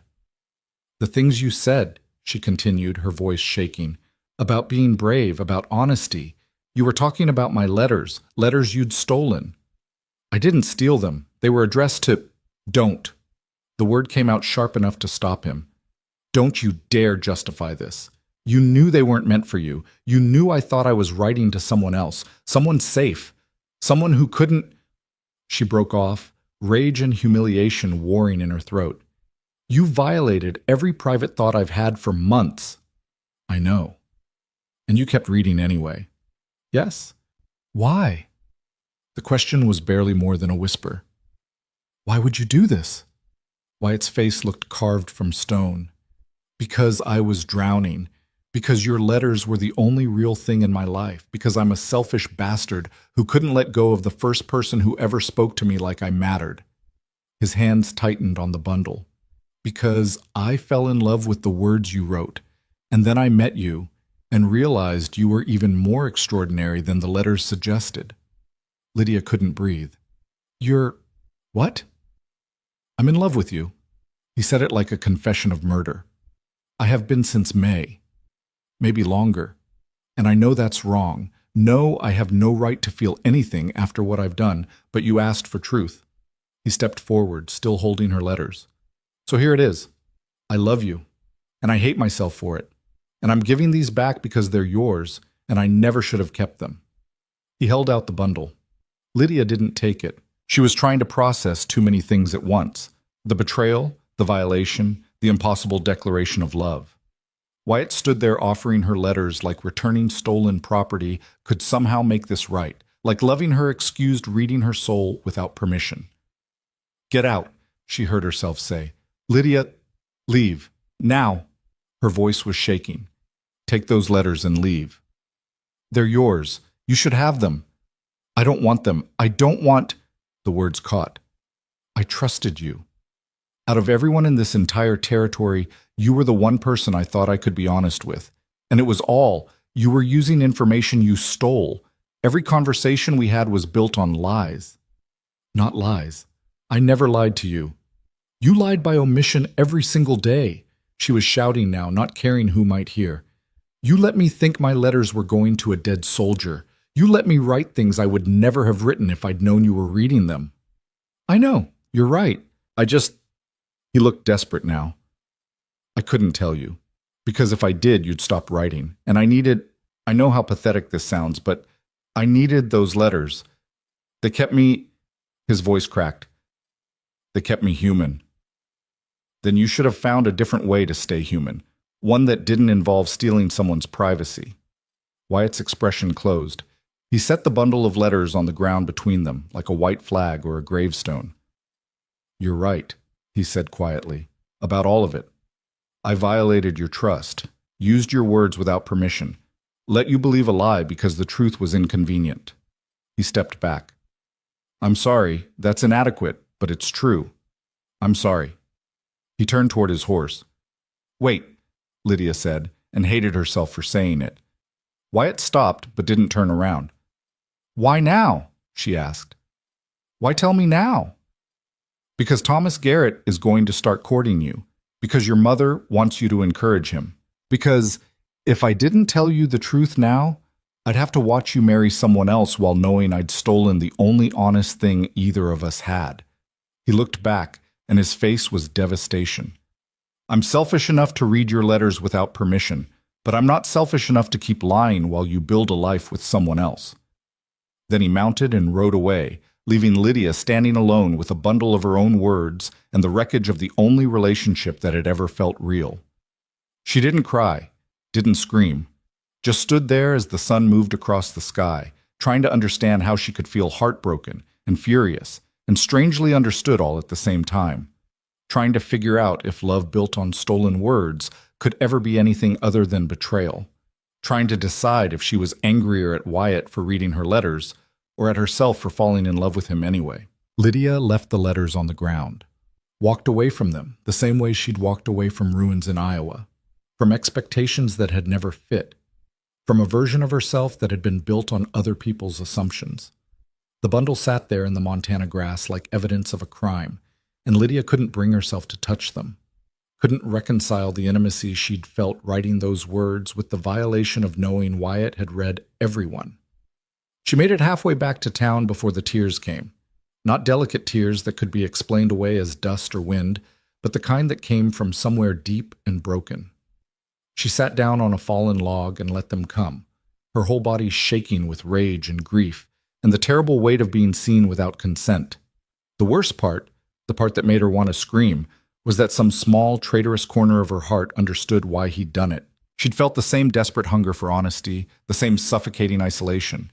If their positions had been reversed, if she'd stumbled onto letters that raw and real, would she have been strong enough to return them unread? She wanted to believe she would have been, but Lydia had never been good at lying to herself. By the time she reached the parsonage, her face was composed. Her mother took one look at her and asked if she was feeling well. Lydia claimed a headache and retreated to her small room, where she sat at her desk staring at blank paper. For the first time in months, she had no one to write to. The realization hit harder than it should have. Corporal Ward had never existed, not really.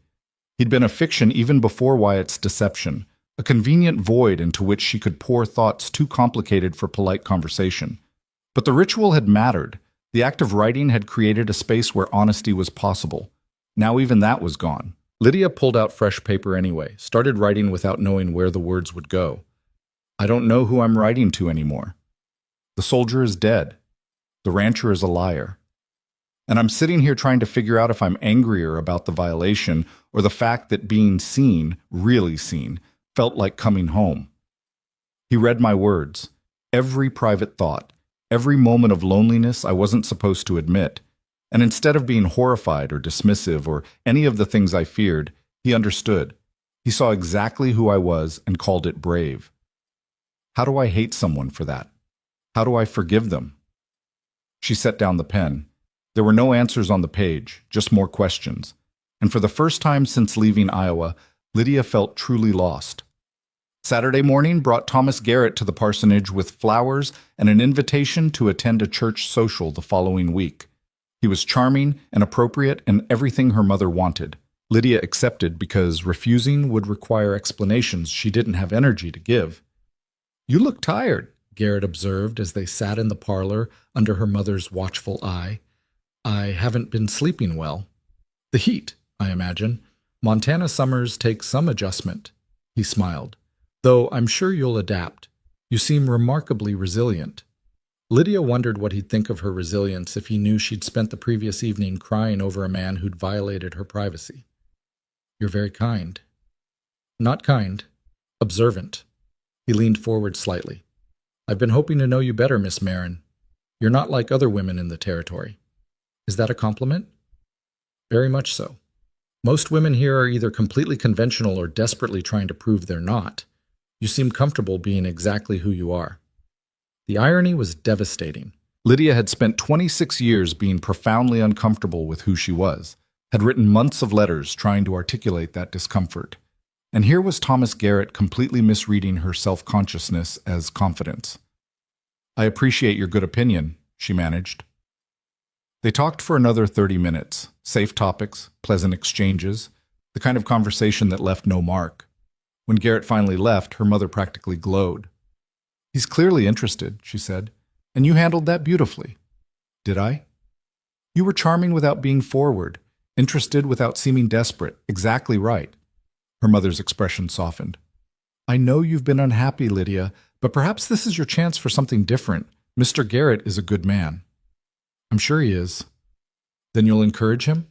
Lydia thought about Wyatt's face when he'd confessed, the devastation in his voice when he'd said he loved her, the bundle of letters he'd offered back like returning stolen goods. I don't know, she said honestly. Her mother's mouth thinned, but she didn't push. Margaret appeared in the doorway, having clearly been listening. What happened with Mr. Callahan? She asked once their mother left. You've been miserable since his dinner. Nothing happened. Lydia, I'm not blind. Something changed. You stopped walking. He stopped visiting. And now you're suddenly entertaining Thomas Garrett. Margaret sat beside her. What did he do? It's complicated. Try me. Lydia looked at her sister. Pretty, conventional Margaret, who'd never understood her but had never stopped trying. If someone violated your trust but did it because they were desperate for connection, would you forgive them? Margaret was quiet for a moment. I don't know. How badly did they violate it? Profoundly. And how desperate were they? Very. Then I suppose it depends on whether their desperation excuses the violation. Margaret took her hand. But Lydia, desperation explains things. It doesn't make them right. The words settled like stones. Desperation explains things. It doesn't make them right. That night Lydia dreamed about her letters burning, woke up gasping, the image so vivid she could smell smoke. She lit a candle and pulled out the one letter she'd written since the confrontation, the one addressed to no one.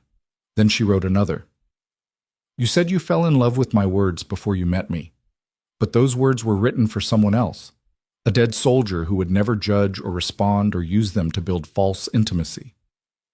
You stole that safety, turned private thoughts into relationship currency. And now you claim to love me. But how can I believe that when the version of me you know was never meant to be seen? I've spent my whole life being told I'm too much, too honest, too strange, too difficult. So I created a space where I could be all of those things without consequences. You took that space, occupied it without permission, and now I don't know if there's anywhere left where I can be myself without performance or violation or the constant fear of being seen wrong. You said my honesty was brave, but bravery requires choice. I didn't choose to be honest with you. You took that choice away. She sealed it without an address. There was nowhere to send it, no one to receive it. But the act of writing still mattered, even if the destination had disappeared. The next week passed in a blur of forced normalcy. Thomas Garrett called twice more. Lydia attended the church social and smiled until her face hurt. Her father prepared sermons. Her mother organized the household. Margaret had stopped crying about her abandoned engagement and started showing interest in the territorial surveyor, and Wyatt Callahan became invisible. His name appeared in conversation, business dealings, ranch operations, the upcoming territorial governor's visit. But he didn't attend church, didn't appear at social functions, didn't materialize on the prairie during Lydia's increasingly rare walks. She told herself she was relieved, told herself his absence made things easier. She was lying. Then on a Thursday afternoon in late August, Wyatt's foreman appeared at the parsonage asking for her father. They met in the study with the door closed. Lydia tried not to listen, but the walls were thin and the conversation was heated. Cannot simply refuse to host the governor, her father was saying. Mr. Callahan has his reasons. The foreman's voice was defensive. Personal matters that require his attention. Personal matters don't supersede civic duty. The territory expects, with respect, Reverend, Mr. Callahan doesn't give a damn what the territory expects. Silence. Then her father's measured response. Tell Mr. Callahan that if he refuses this obligation, there will be consequences. The territorial leadership doesn't take kindly to wealthy landowners who consider themselves above community responsibility. After the foreman left, Lydia found her father at his desk looking troubled. What's happening with Mr. Callahan? She asked. He's refusing to host the governor's visit to his ranch. It's been planned for weeks, a tour of successful territorial enterprises, meetings with local leadership. Callahan was supposed to showcase the cattle industry. Her father rubbed his temples. Now he's withdrawn completely, won't attend meetings, won't fulfill his commitments. Some are saying he's mentally unstable. Who's saying that? Thomas Garrett, primarily, and Samuel Pritchard. They're concerned about a man with Callahan's resources and influence becoming erratic. Lydia felt cold spread through her chest. Concerned or opportunistic? Her father looked at her sharply. What do you mean? Mr. Callahan owns significant land, controls water rights and grazing access. If he were deemed unfit, someone would have to manage those interests. She kept her voice level. I imagine men like Garrett and Pritchard would be very willing to shoulder that burden. That's a cynical interpretation. Is it wrong? Her father didn't answer, which was answer enough. That evening, Lydia walked to the rock formation on Wyatt's property, the one where they'd had their first real conversation. She didn't expect to find him there. Didn't expect to find anything except stones and sky and maybe some clarity. Instead, she found a letter. It sat on her usual rock, weighted down with a stone, her name written in Wyatt's precise handwriting. Lydia picked it up with shaking hands. Lydia, I know you told me to leave. I'm honoring that, but I need you to understand what's happening before you hear it from people who will use it against me. Thomas Garrett and several town leaders are moving to have me declared unfit to manage my father's estate. They're claiming my recent behavior, withdrawal from social obligations, refusal to host the governor, general reclusiveness, demonstrates mental instability. If they succeed, a territorial court will appoint someone to oversee my business interests. That someone will almost certainly be Garrett himself. They're not wrong that I've withdrawn. After our conversation, I couldn't stomach the performance anymore. Couldn't attend dinners and smile and pretend I wasn't dying inside. So I stopped pretending. Stopped attending. Stopped doing anything except managing the ranch and trying to figure out how to live with what I'd done to you. Apparently, isolation is evidence of insanity in territorial Montana, or convenient grounds for a land grab, depending on your perspective. I'm writing this because I need you to know I'm not crazy, I'm not unstable, I'm just tired of lying, about being fine, about valuing community, about wanting to maintain relationships with people I don't respect. You were right to be angry, right to feel violated, right to tell me to leave. I stole something precious from you, and no amount of desperation excuses that. But I won't let them steal what's mine. Not my land, not my father's legacy, not the one thing I actually earned through blood and work and years of sacrificing everything else. If you hear I've been declared unfit, know that it's not truth. It's power dressed up as concern. I don't expect forgiveness. I don't expect anything. I just needed you to know. Wyatt Lydia read it 3 times. Then she folded it carefully and walked toward town with purpose she hadn't felt in weeks. Thomas Garrett's office sat above the bank, accessible by an external staircase that announced the occupant's importance. Lydia climbed it without hesitation and knocked on the door marked Territorial Land Management. Miss Marin. Garrett stood when she entered, clearly pleased. What a delightful surprise. We need to talk about Wyatt Callahan. His expression shifted, still pleasant but more guarded. Ah, you've heard about the unfortunate situation. I've heard you're trying to seize his property under the guise of concern for his well-being. Garrett's smile didn't waver. That's a harsh characterization. Several community leaders have noticed Mr. Callahan's increasingly erratic behavior. We're simply exploring whether intervention might be necessary. Intervention or acquisition? I'm not sure I understand your meaning. Yes, you do. Lydia remained standing. Mr. Callahan controls water rights that benefit his ranch but limit expansion opportunities for others. His withdrawal from social obligations is convenient grounds for questioning his fitness, particularly if the person asking the question stands to benefit from his removal. You think very poorly of me, Miss Marin. I think realistically of you, Mr. Garrett. You're an intelligent businessman who sees an opportunity. But I'm asking you, as someone who has been kind to me, to consider what you're actually doing. Garrett leaned back in his chair, studying her. You care about Callahan. It wasn't a question, but Lydia answered anyway. I care about justice, about not allowing powerful men to destroy someone simply because it's profitable. Even if that someone has given you cause for anger, your family mentioned there was some unpleasantness after his dinner. So they'd been watching, cataloging Wyatt's social failures, building a case. Lydia felt fury rise like heat. Whatever happened between Mr. Callahan and myself is private. It doesn't make him unfit to manage his property. Perhaps not. But combined with everything else, the refusal to engage with community, the withdrawal from territorial obligations, the increasingly obvious signs of instability, it paints a concerning picture. Garrett's voice was reasonable, which made it worse. We have a responsibility to protect the territory's interests. You have a responsibility to your own interests. Let's at least be honest about that. Honesty. Garrett smiled. I appreciate your directness, Miss Marin. It's refreshing, but I'm afraid this matter is beyond personal feelings. The territorial court will make the final determination. When? The hearing is scheduled for next week. Mr. Callahan has been informed. If he chooses not to attend, that will only support our position. Lydia left before she said something she couldn't take back. Walked through town in the afternoon heat, mind racing. A hearing meant testimony, evidence, character witnesses. It meant Wyatt would have to defend himself publicly, explain his withdrawal, justify his isolation to men who'd already decided he was unfit. It meant performance. The exact thing he'd said he couldn't stomach anymore. She found herself at the parsonage without remembering the walk. Her father was in his study preparing Sunday's sermon. Lydia knocked and entered without waiting for permission. "I need to ask you something," she said. He looked up, startled. "Lydia?" "The hearing for Mr. Callahan. Will you be testifying?" "I've been asked to provide observations about his state of mind, yes." "And what will you say?" Her father set down his pen. "The truth, that he's been increasingly withdrawn, that he's refused to fulfill commitments, that his behavior suggests someone struggling with private difficulties." Difficulties or grief? I'm not sure there's a meaningful difference in this context. There's every difference. Lydia moved closer.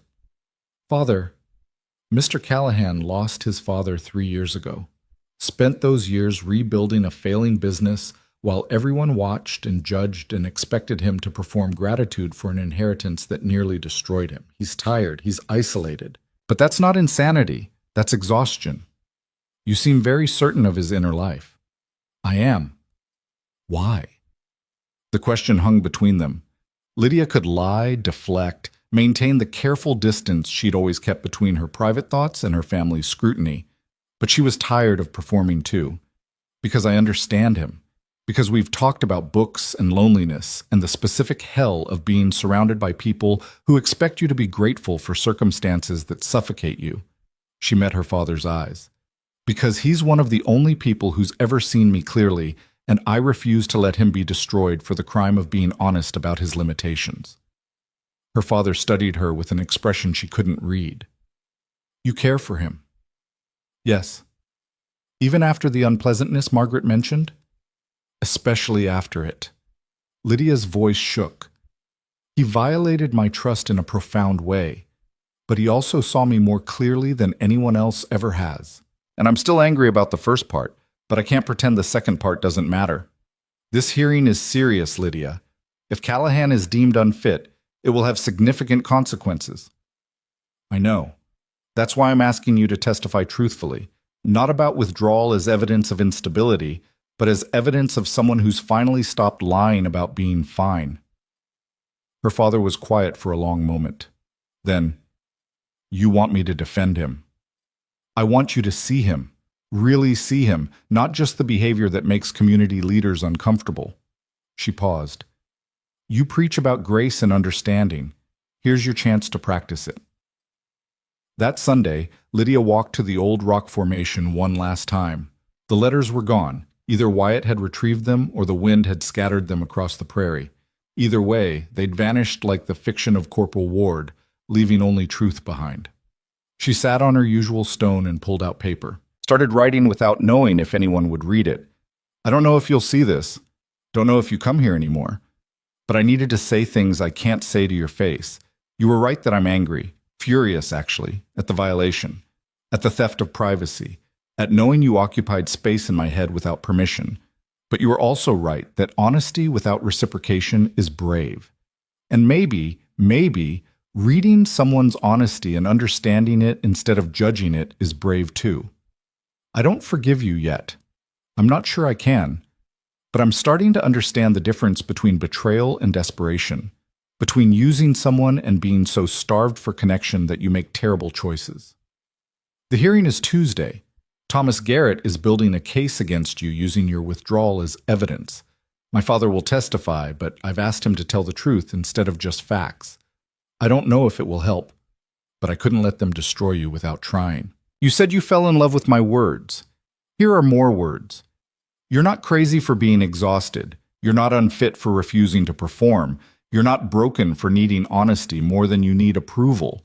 You're just human, flawed and desperate and terribly lonely. Like me. I don't know what happens next, between us or with the hearing or any of it. But I wanted you to know, I see you too. Even angry, even hurt, I see exactly who you are, and I'm not afraid of it. Lydia. She left it on the rock weighted down with a stone, like Wyatt had done with his letter. Walked back to town without looking back. Tuesday arrived with heat that promised storms. The territorial hearing was held in Laurel Creek's largest building, the meeting hall that served as courtroom, town gathering space, and occasional dance venue. By the time Lydia arrived with her family, it was already packed. Wyatt sat at a table facing the territorial judge, his lawyer beside him. He looked tired but composed, dressed formally but without ostentation. When he saw Lydia enter, something crossed his face too quick to name. Thomas Garrett sat with Samuel Pritchard and two other businessmen, their case already prepared. They'd brought witnesses, ranch hands who'd noticed Wyatt's increasing isolation, townspeople who'd been rebuffed when they'd tried to engage him socially, the church elder who'd arranged the governor's visit that Wyatt had refused. The judge, a severe man from the territorial capital, listened to their testimony with no visible reaction. Withdrawal from community, refusal of civic duty, erratic behavior suggesting mental instability. Then it was Wyatt's turn. His lawyer presented financial records showing the ranch's success, letters from business partners praising Wyatt's acumen and reliability, documentation of contracts fulfilled, and obligations met professionally even as personal interactions diminished. My client is guilty of being private, the lawyer argued, not of being unfit. Privacy and reclusiveness are different things, Garrett countered. Mr. Callahan has moved beyond preference for solitude into active withdrawal from society. That suggests someone struggling with difficulties they cannot manage. The judge looked at Wyatt. Do you wish to speak in your own defense? Wyatt stood slowly. Lydia watched him take in the crowd, the scrutiny, the performance required, saw him make a choice. Yes, Your Honor. Proceed. I've spent 3 years rebuilding my father's failing enterprise while maintaining the appearance that everything was fine. I attended social functions I found meaningless. Maintained relationships with people I didn't respect. Smiled and agreed and performed gratitude for circumstances that were slowly destroying me. His voice was level, controlled. Then I met someone who showed me what honesty looked like, who wrote about loneliness and isolation with a clarity that made me realize I'd been lying to myself for years. He glanced at Lydia. She felt the attention like heat. I violated that person's trust in a profound way, used their words without permission because I was desperate for connection. When they confronted me, I had to choose between continuing to perform or accepting that I'd rather be alone than keep pretending. Wyatt turned back to the judge. I chose honesty, chose to stop attending functions I despised, fulfilling obligations that felt hollow, maintaining relationships built on nothing real. That's not insanity, it's exhaustion. Exhaustion doesn't excuse abandoning civic duty, Garrett interjected. No, but it explains it. Wyatt's gaze was steady. I'm not unfit to manage my property. I'm simply unwilling to sacrifice my sanity for other people's comfort. If that makes me unsuitable for polite society, so be it. But it doesn't make me incompetent.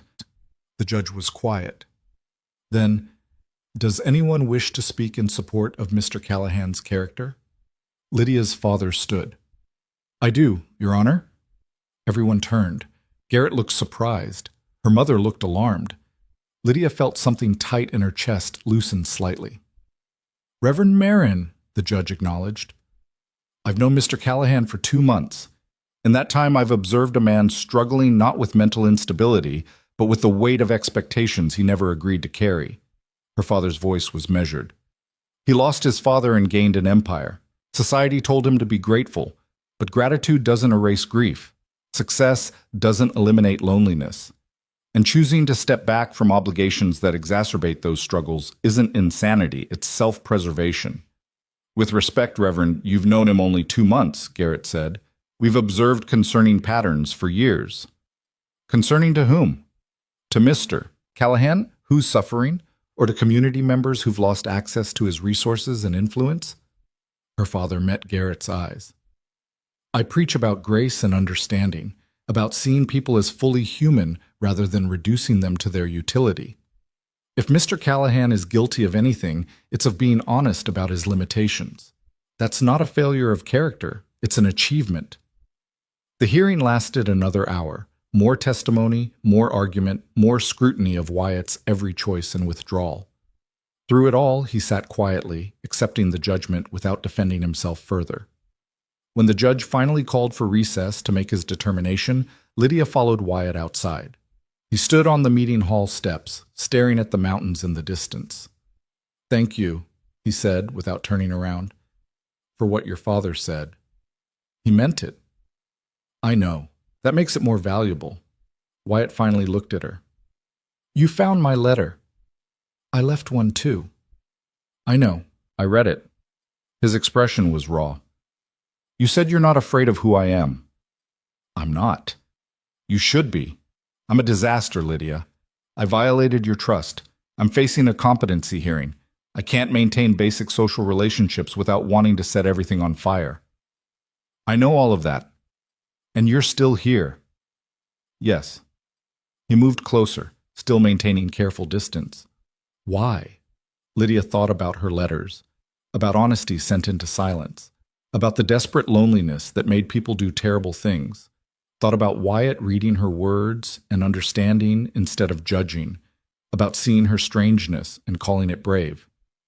"Because you're the first person who ever made me feel like being difficult was worth something," she said quietly. "Because even angry, even hurt, I'd rather have complicated truth with you than easy lies with anyone else." "That's—" His voice broke. "Lydia, I don't deserve that." "Probably not, but I'm offering anyway." They stood there on the steps while the town waited for judgment. Wyatt reached out slowly, giving her time to move away. When she didn't, his hand found hers. The touch was gentle, tentative, nothing like the confident ranch owner or the man who'd read her private words. Just Wyatt, flawed and exhausted and terribly honest. "If the judge rules against me," he said, "Garrett gets everything, the ranch, the land, all of it. Then we'll fight it." "We?" Lydia squeezed his hand. "I told you, I see exactly who you are, and I'm not afraid." The judge's ruling came an hour later. The room fell silent as he read from prepared notes about mental competency, civic obligation, and the standards required to manage significant territorial interests. Then he looked at Wyatt and said, "I find no evidence of mental instability. Mr. Callahan's withdrawal from social obligations reflects personal preference, not incompetence. The petition is denied." Garrett's face went white. Pritchard began arguing immediately, but the judge was already standing, the ruling final. Wyatt sat very still, like he couldn't quite process victory. Lydia watched relief and exhaustion war across his face, watched him realize he'd won not by performing, but by being ruthlessly honest about his limitations. Outside, after the crowd dispersed and the congratulations faded, Wyatt turned to Lydia with an expression she'd never seen before. "I need to show you something," he said, "at the ranch. Will you come?" She should have refused, should have insisted on more time, more distance, more resolution of the hurt between them. Instead, she said, "Yes." Because honesty required following through, even when the destination was uncertain. Because she'd spent her whole life being careful, and it had gotten her nowhere worth being. Because Wyatt Callahan had read her soul without permission, and somehow that violation had become the most honest relationship she'd ever had. And because love, real love, wasn't about perfect people making perfect choices. It was about broken people choosing truth over performance, even when truth was terrifying, especially then. They rode to the ranch in silence that felt less awkward than companionable, Lydia seated in front of Wyatt on his horse because propriety had stopped mattering somewhere between the hearing and this moment. The sun was beginning its descent toward the mountains, painting everything gold and amber, and Lydia found herself leaning back slightly into Wyatt's chest without thinking. He didn't pull away. His arm tightened around her waist just enough to keep her steady as they climbed the rise toward his house. "I need to tell you something before we arrive," he said quietly, his voice vibrating against her back. "About why I really withdrew from everything. I thought you explained that at the hearing." "I explained part of it, the safe part." He paused. "The truth is harder." Lydia waited, watching the landscape roll past. Finally, Wyatt continued.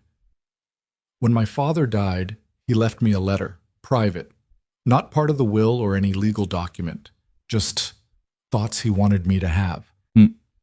His breath was uneven. He told me he was proud of the business we'd built, proud of my work ethic and dedication. And then he wrote that he hoped someday I'd find what he never had, someone who saw past the ranch and the money to the person underneath, someone who made pretending unnecessary. The admission hung between them. Lydia felt the weight of it, the loneliness embedded in every word. He spent 40 years building an empire, Wyatt went on, and died alone in a house full of employees and business associates, and not a single person who actually knew him. I watched that happen. Promised myself I wouldn't repeat it. Then spent 3 years doing exactly that, building walls, maintaining distance, performing competence while dying inside. Until the letters, Lydia said softly. Until the letters. Until you. He pulled the horse to a stop just outside the barn. I read your words and thought, here's someone who understands. Who knows what it's like to be surrounded by people and still be completely isolated? And I was so desperate for that connection that I convinced myself the deception didn't matter because the understanding was real. He dismounted first, then helped her down. His hands lingered on her waist for a moment before he stepped back, reestablishing distance. Come inside, he said. Please. The house looked different in the evening light, softer somehow, less fortress and more home. Wyatt led her through the main rooms to his study, the same space where he'd conducted business during their family's dinner visit. But now he walked to a cabinet in the corner and pulled out a wooden box. These are yours, he said, opening it. Inside were her letters, all of them. Not just the bundle he'd tried to return, but every single letter she'd written since February. They were organized by date, each one carefully preserved. Lydia's hands trembled as she reached for the top one. You kept them all. I know I said I'd give them back, but I couldn't. He stopped, started again. They're the most honest words anyone's ever spoken to me. Even knowing I had no right to them, I couldn't let them go. She pulled out a letter from March, recognized her own handwriting describing the Iowa luncheon and 16 women arguing about pie crust. Remembered writing it in fury and loneliness, believing no one would ever read her frustration. You memorized them, she said suddenly, looking up. That first conversation we had, when you quoted my words about performance and pretense, you weren't guessing. You'd read them so many times you knew them by heart. Wyatt didn't deny it. Yes. How many times did you read each one? I don't know. Dozens, probably. Every letter became... He struggled for words. A reminder that honest people existed. That someone out there refused to accept loneliness as permanent condition. Lydia set down the letter carefully. I'm still angry you stole these. I know. But I also understand why you couldn't let them go. She reached into the box and pulled out more letters, reading fragments of her own thoughts. The observation about ruins surviving because they refused to bend. The question about what to do when life fit like borrowed shoes. The confession that writing to silence felt safer than risking real connection. I sound so sad, she murmured. You sound brave, Wyatt corrected. Every single letter is someone refusing to give up on honesty, even when it would be easier to pretend. Is that what you saw? Bravery? That's all I saw. He moved closer, still not touching. Lydia, I need you to understand something. When I fell in love with your words, I wasn't falling in love with sadness or loneliness. I was falling in love with someone who looked at isolation and decided to document it instead of surrender to it. Someone who kept choosing truth even when truth was brutal. And when you met me? Was I what you expected? No? The word was immediate. You were better, sharper and funnier and more complicated than letters could capture. Every conversation we had made me realize the words were just the beginning, that the actual person was infinitely more interesting than anything she could write. Lydia felt tears pressing behind her eyes. You should have told me, right away, the first time we talked. I know, but I was terrified you'd stop being honest, that knowing I'd read your private thoughts would make you perform for me the way you performed for everyone else. He finally reached out, brushing tears from her cheek with his thumb. I was selfish. I wanted to keep the honesty, even if it meant building everything on a lie. Do you know what the worst part is? Lydia asked, her voice breaking. It worked. Even before I knew, you made me feel seen in a way no one else ever had. You understood things I'd only written to a dead soldier, And I fell in love with that understanding before I knew it was based on stolen words. Wyatt went very still. You... what? I fell in love with you. She said it clearly, needing him to hear it. Somewhere between the first conversation and the dinner party and standing on that fence line talking about performance, I fell in love with someone who made loneliness feel less permanent. Even knowing what I did, especially knowing what you did. She stepped closer, closing the distance he'd maintained. Because it means you saw all the difficult parts, the parts I usually hide, and wanted more instead of less. That's, her voice caught, that's what I've wanted my whole life. Someone brave enough to see me completely and not run away. I violated your trust, he said roughly. Stole your privacy. How can you... Because I understand desperation. Lydia took his face in her hands, making him look at her. Because I've been so lonely, I've made terrible choices too. Because forgiveness isn't about excusing what you did. It's about choosing to believe people can be broken and beloved simultaneously. I don't deserve that. None of us deserve the grace we're given. We just have to be brave enough to accept it. Wyatt's hands came up to cover hers, his eyes searching her face like he was looking for evidence of deception. If we do this, if we try to build something real, it has to be on truth, complete truth. No more stolen words or hidden things. Agreed. And you have to tell me when you're angry, when I've hurt you, when the violation feels too big to forgive. His voice was urgent. Because I will hurt you again. Not intentionally, but because I'm terrible at this and I'll make mistakes. And I need to know you won't just swallow it and pretend to be fine. I won't. I promise. She moved closer still until they were nearly touching. But you have to promise the same thing. No more withdrawing when things get difficult. No more choosing isolation over confrontation. That's going to be hard. I know. We're both going to be terrible at this. She smiled through her tears. But at least we'll be terrible, honestly. Wyatt laughed, actually laughed, the sound raw and surprised. Then he was pulling her close, his arms wrapping around her like he'd been waiting months for permission to hold her. I love you, he said into her hair. I've loved you since that letter in May where you wrote about the ruins being your confessional. I loved you before I met you, and I loved you more after, and I love you now even though I don't deserve to. Stop saying that. Lydia pulled back enough to meet his eyes. You deserve to be loved. You deserve to be seen. You just had to stop hiding long enough to let it happen. He kissed her then, gentle at first, tentative, like he was still asking permission. But when Lydia kissed him back, pouring months of loneliness and anger and desperate hope into the contact, he responded with intensity that made her dizzy. When they finally broke apart, both breathing hard, Wyatt pressed his forehead to hers. I need to do something, he said.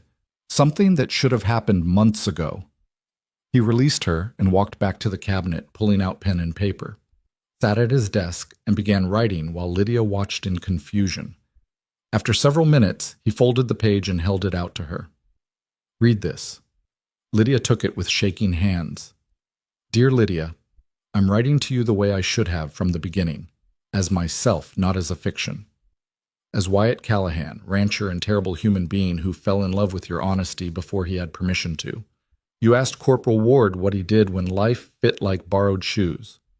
Here's my answer. I stopped trying to make the shoes fit and started walking barefoot. It's uncomfortable. The ground is rough. But at least I can feel where I'm going. You wrote about ruins that survive by refusing to bend. You were right. But you missed something important. Those ruins also survive by being witnessed, by having someone visit them and say, you matter exactly as you are. You've been my witness. The person who saw my isolation and didn't try to fix it, just acknowledged it as real. And now I want to be yours. I want to hear about your days and your frustrations, and every difficult thought you've been told to keep quiet. I want to argue about Emerson and walk the prairie and build something real in this impossible territory. I want to love you honestly, the way you deserve to be loved, not despite your strangeness, but because of it. Because you refuse to perform happiness you don't feel or pretend isolation doesn't hurt. This isn't a proposal. Not yet. You need time to forgive me, and I need time to prove I can be trusted with the honesty you've given me. But it's a promise. I see you. All of you. and I'm not going anywhere. Yours in finally reciprocated correspondence, Wyatt. Lydia read it twice, tears streaming down her face. Then she set it carefully on the desk beside her other letters. That's the first letter I've ever received, she said quietly. In all these months of writing, no one ever wrote back, until now. I'm sorry it took so long. I'm not. She wiped her eyes. It was worth waiting for. They stood there in his study while the sun set outside, the room filling with shadows and gold light. Wyatt pulled her close again, and Lydia let herself be held by someone who knew exactly how lonely she'd been and loved her anyway. What happens now? She asked against his chest. Now we figure out how to be honest together. In public, not just private. He paused. Your family is going to have opinions. My family always has opinions. And the town will talk. Let them. Lydia pulled back to look at him. I've spent 26 years trying to fit into spaces too small for me. I'm done shrinking. Wyatt's smile was slow and genuine, the first truly unguarded expression she'd seen from him.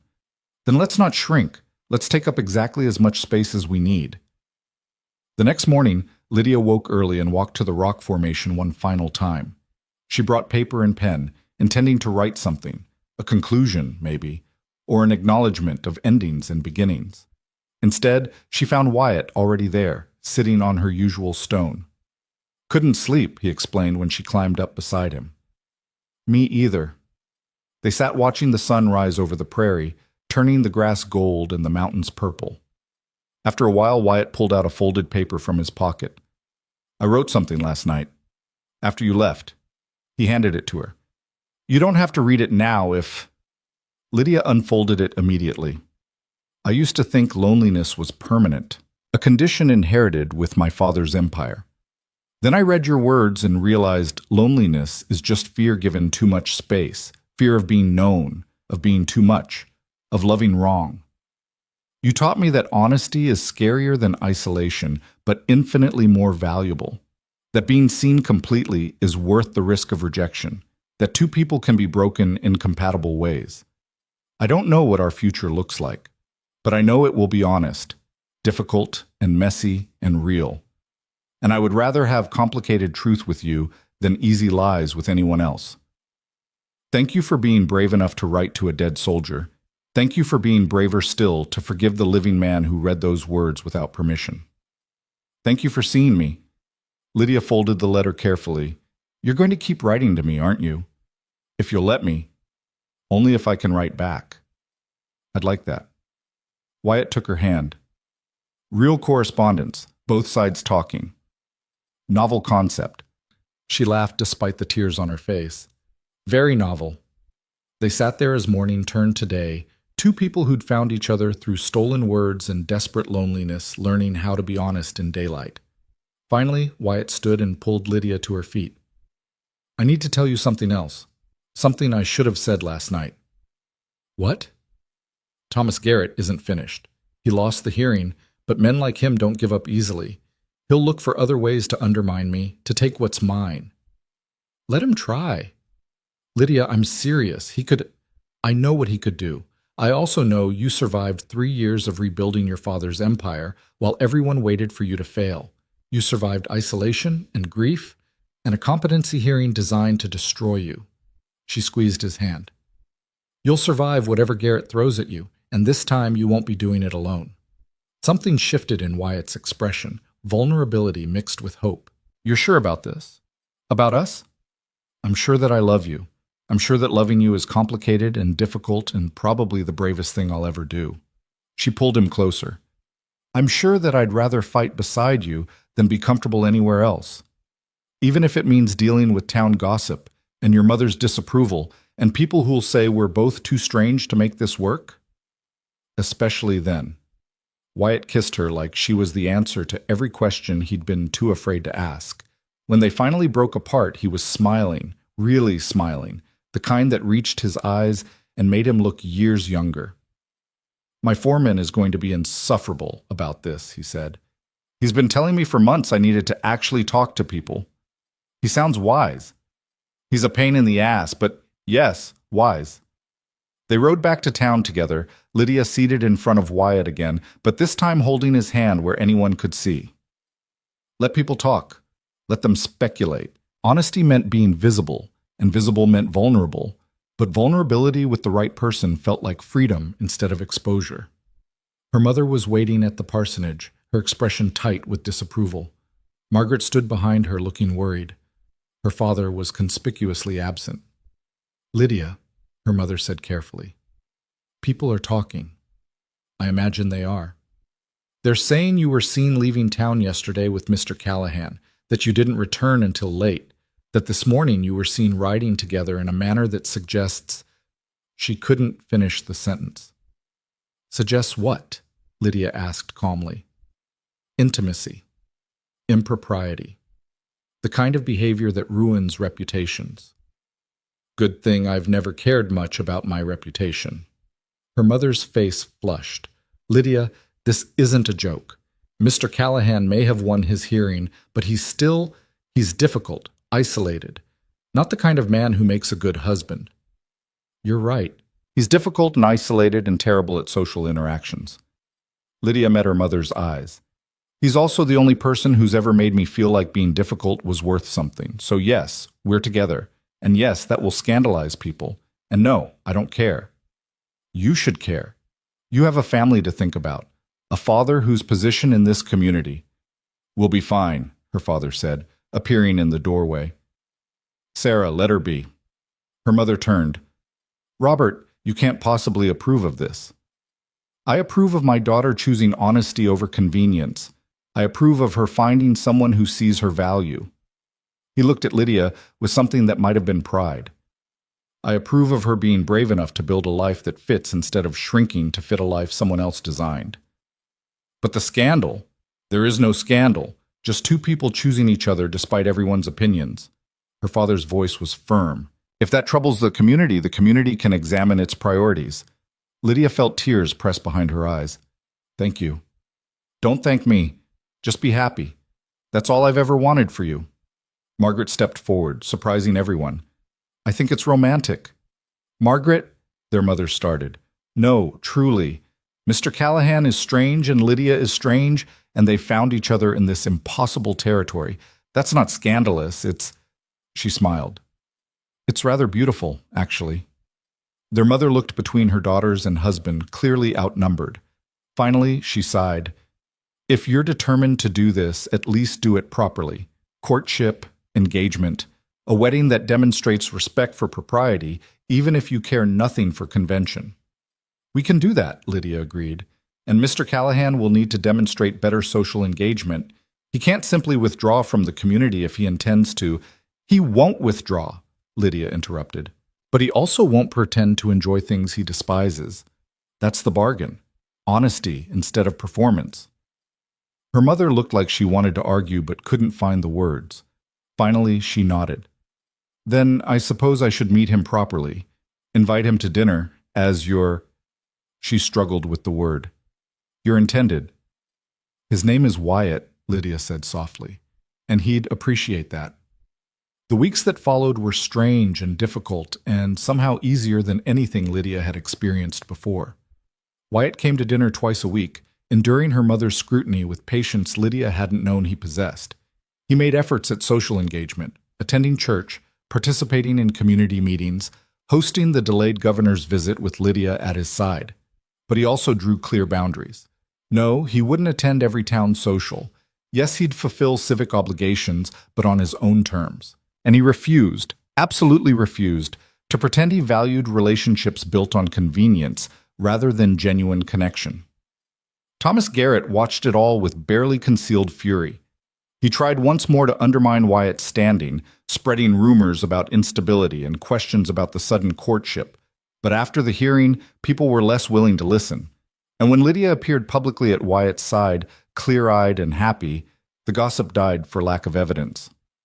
He's going to keep trying, Wyatt said one evening as they walked the prairie together. Let him. Every attempt makes him look more desperate. You're remarkably unconcerned about a man who could still cause us significant trouble. I'm remarkably confident in us, Lydia corrected. Garrett's power comes from appearance and influence. Ours comes from actually being willing to tell the truth. I'll take truth over appearance any day. Wyatt pulled her closer, this casual intimacy still new enough to feel miraculous. I don't deserve you. We've discussed this. Stop saying that. I mean it, though. You could have chosen safety with Garrett or any number of conventional men. Instead, you chose, he gestured at himself, this disaster. I chose honesty. You just happened to come with it. He laughed. The sound easier now than it had been months ago. They'd been practicing laughter together, practicing ease, practicing the difficult work of being known without armor. In September, Wyatt asked her father for permission to propose. Her father gave it with the condition that they wait until spring to marry, allowing time for proper preparation and for Lydia to be certain. I'm already certain, she told her father. Then waiting won't hurt. The proposal came in October at the rock formation where they'd had their first honest conversation. Wyatt had brought her letters, all of them, tied with new string. I'm giving these back, he said. Really giving them back this time. They're yours, and you should decide what happens to them. Lydia took the bundle carefully. What do you think I should do with them? I think you should keep them, as evidence that you survived loneliness by documenting it, as reminder that honesty matters even when no one's listening. Someone was listening, though. You were listening. I was stealing, he corrected. There's a difference. There is. But the stealing led here, to you asking me. She waited. Wyatt dropped to one knee on the rough prairie ground. Lydia Marin, will you marry me? Will you build a life with me that's honest and difficult and probably completely unsuitable for polite society? Yes, to all of it. He stood and pulled her close, kissing her with the kind of intensity that came from months of careful distance finally giving way to permission. When they broke apart, both breathing hard, Lydia was laughing. What? Wyatt asked. I'm just thinking about how I got here. Writing letters to a dead soldier because I was too lonely to function. And somehow that led to... She gestured between them. This. I'm grateful to Corporal Ward, Wyatt said seriously, for dying in a way that redirected your letters to me. That's probably terrible to say. It's honest. I'll allow it. They sat together on the stones as afternoon turned to evening, reading through letters that had started as one-sided confession and become the foundation for something real. I want to keep writing to you, Lydia said eventually. Even when we're married and living together, I want to write letters you'll actually receive. I want that too. We can leave them for each other. Truth in writing when speaking gets too difficult. You think we'll have times when speaking is too difficult? I know we will. We're both disasters, remember? He kissed her temple. But at least we'll be disasters who communicate. The wedding happened in April, a small ceremony that scandalized half the town and delighted the other half.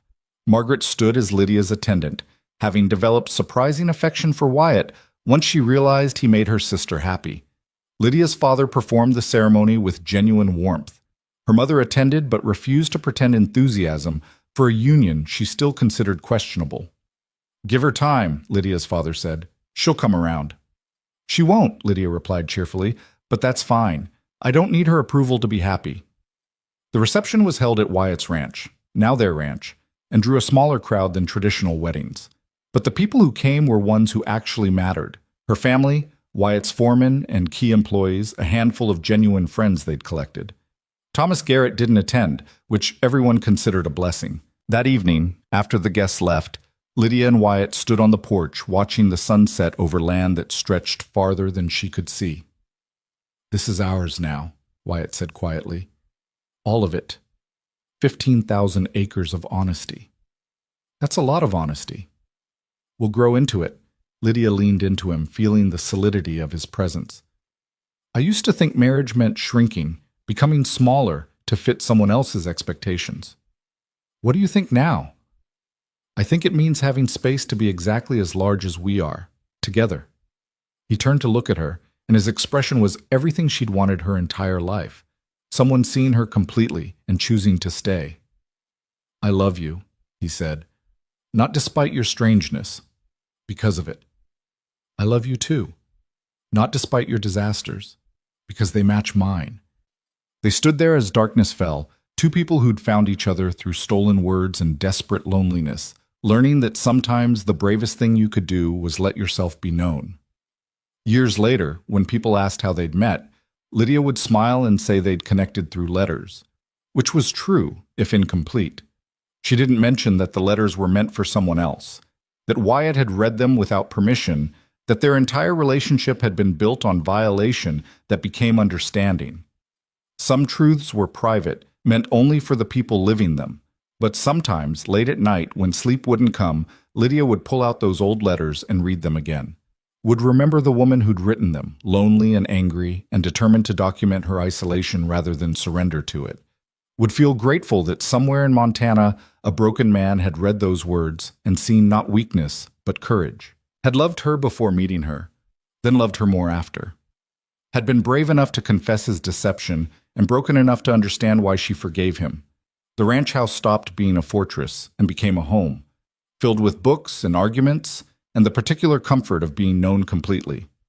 Wyatt learned to navigate social obligations without losing himself. Lydia learned that being seen didn't mean being vulnerable to attack. Together they built something that looked nothing like traditional marriage and everything like truth. And on their anniversary each year, Wyatt would leave a letter for Lydia somewhere on the property, hidden in books or tucked under stones or left on her desk. Letters that said in different ways, "I see you, I know you, I love you exactly as you are." Lydia would read them and write back, continuing the correspondence that had started with deception and transformed into the most honest relationship either of them had ever known. Because love, real love, wasn't about perfect people making perfect choices. It was about broken people choosing truth over performance, honesty over comfort, connection over isolation. It was about being brave enough to write your loneliness into words and finding someone brave enough to read them.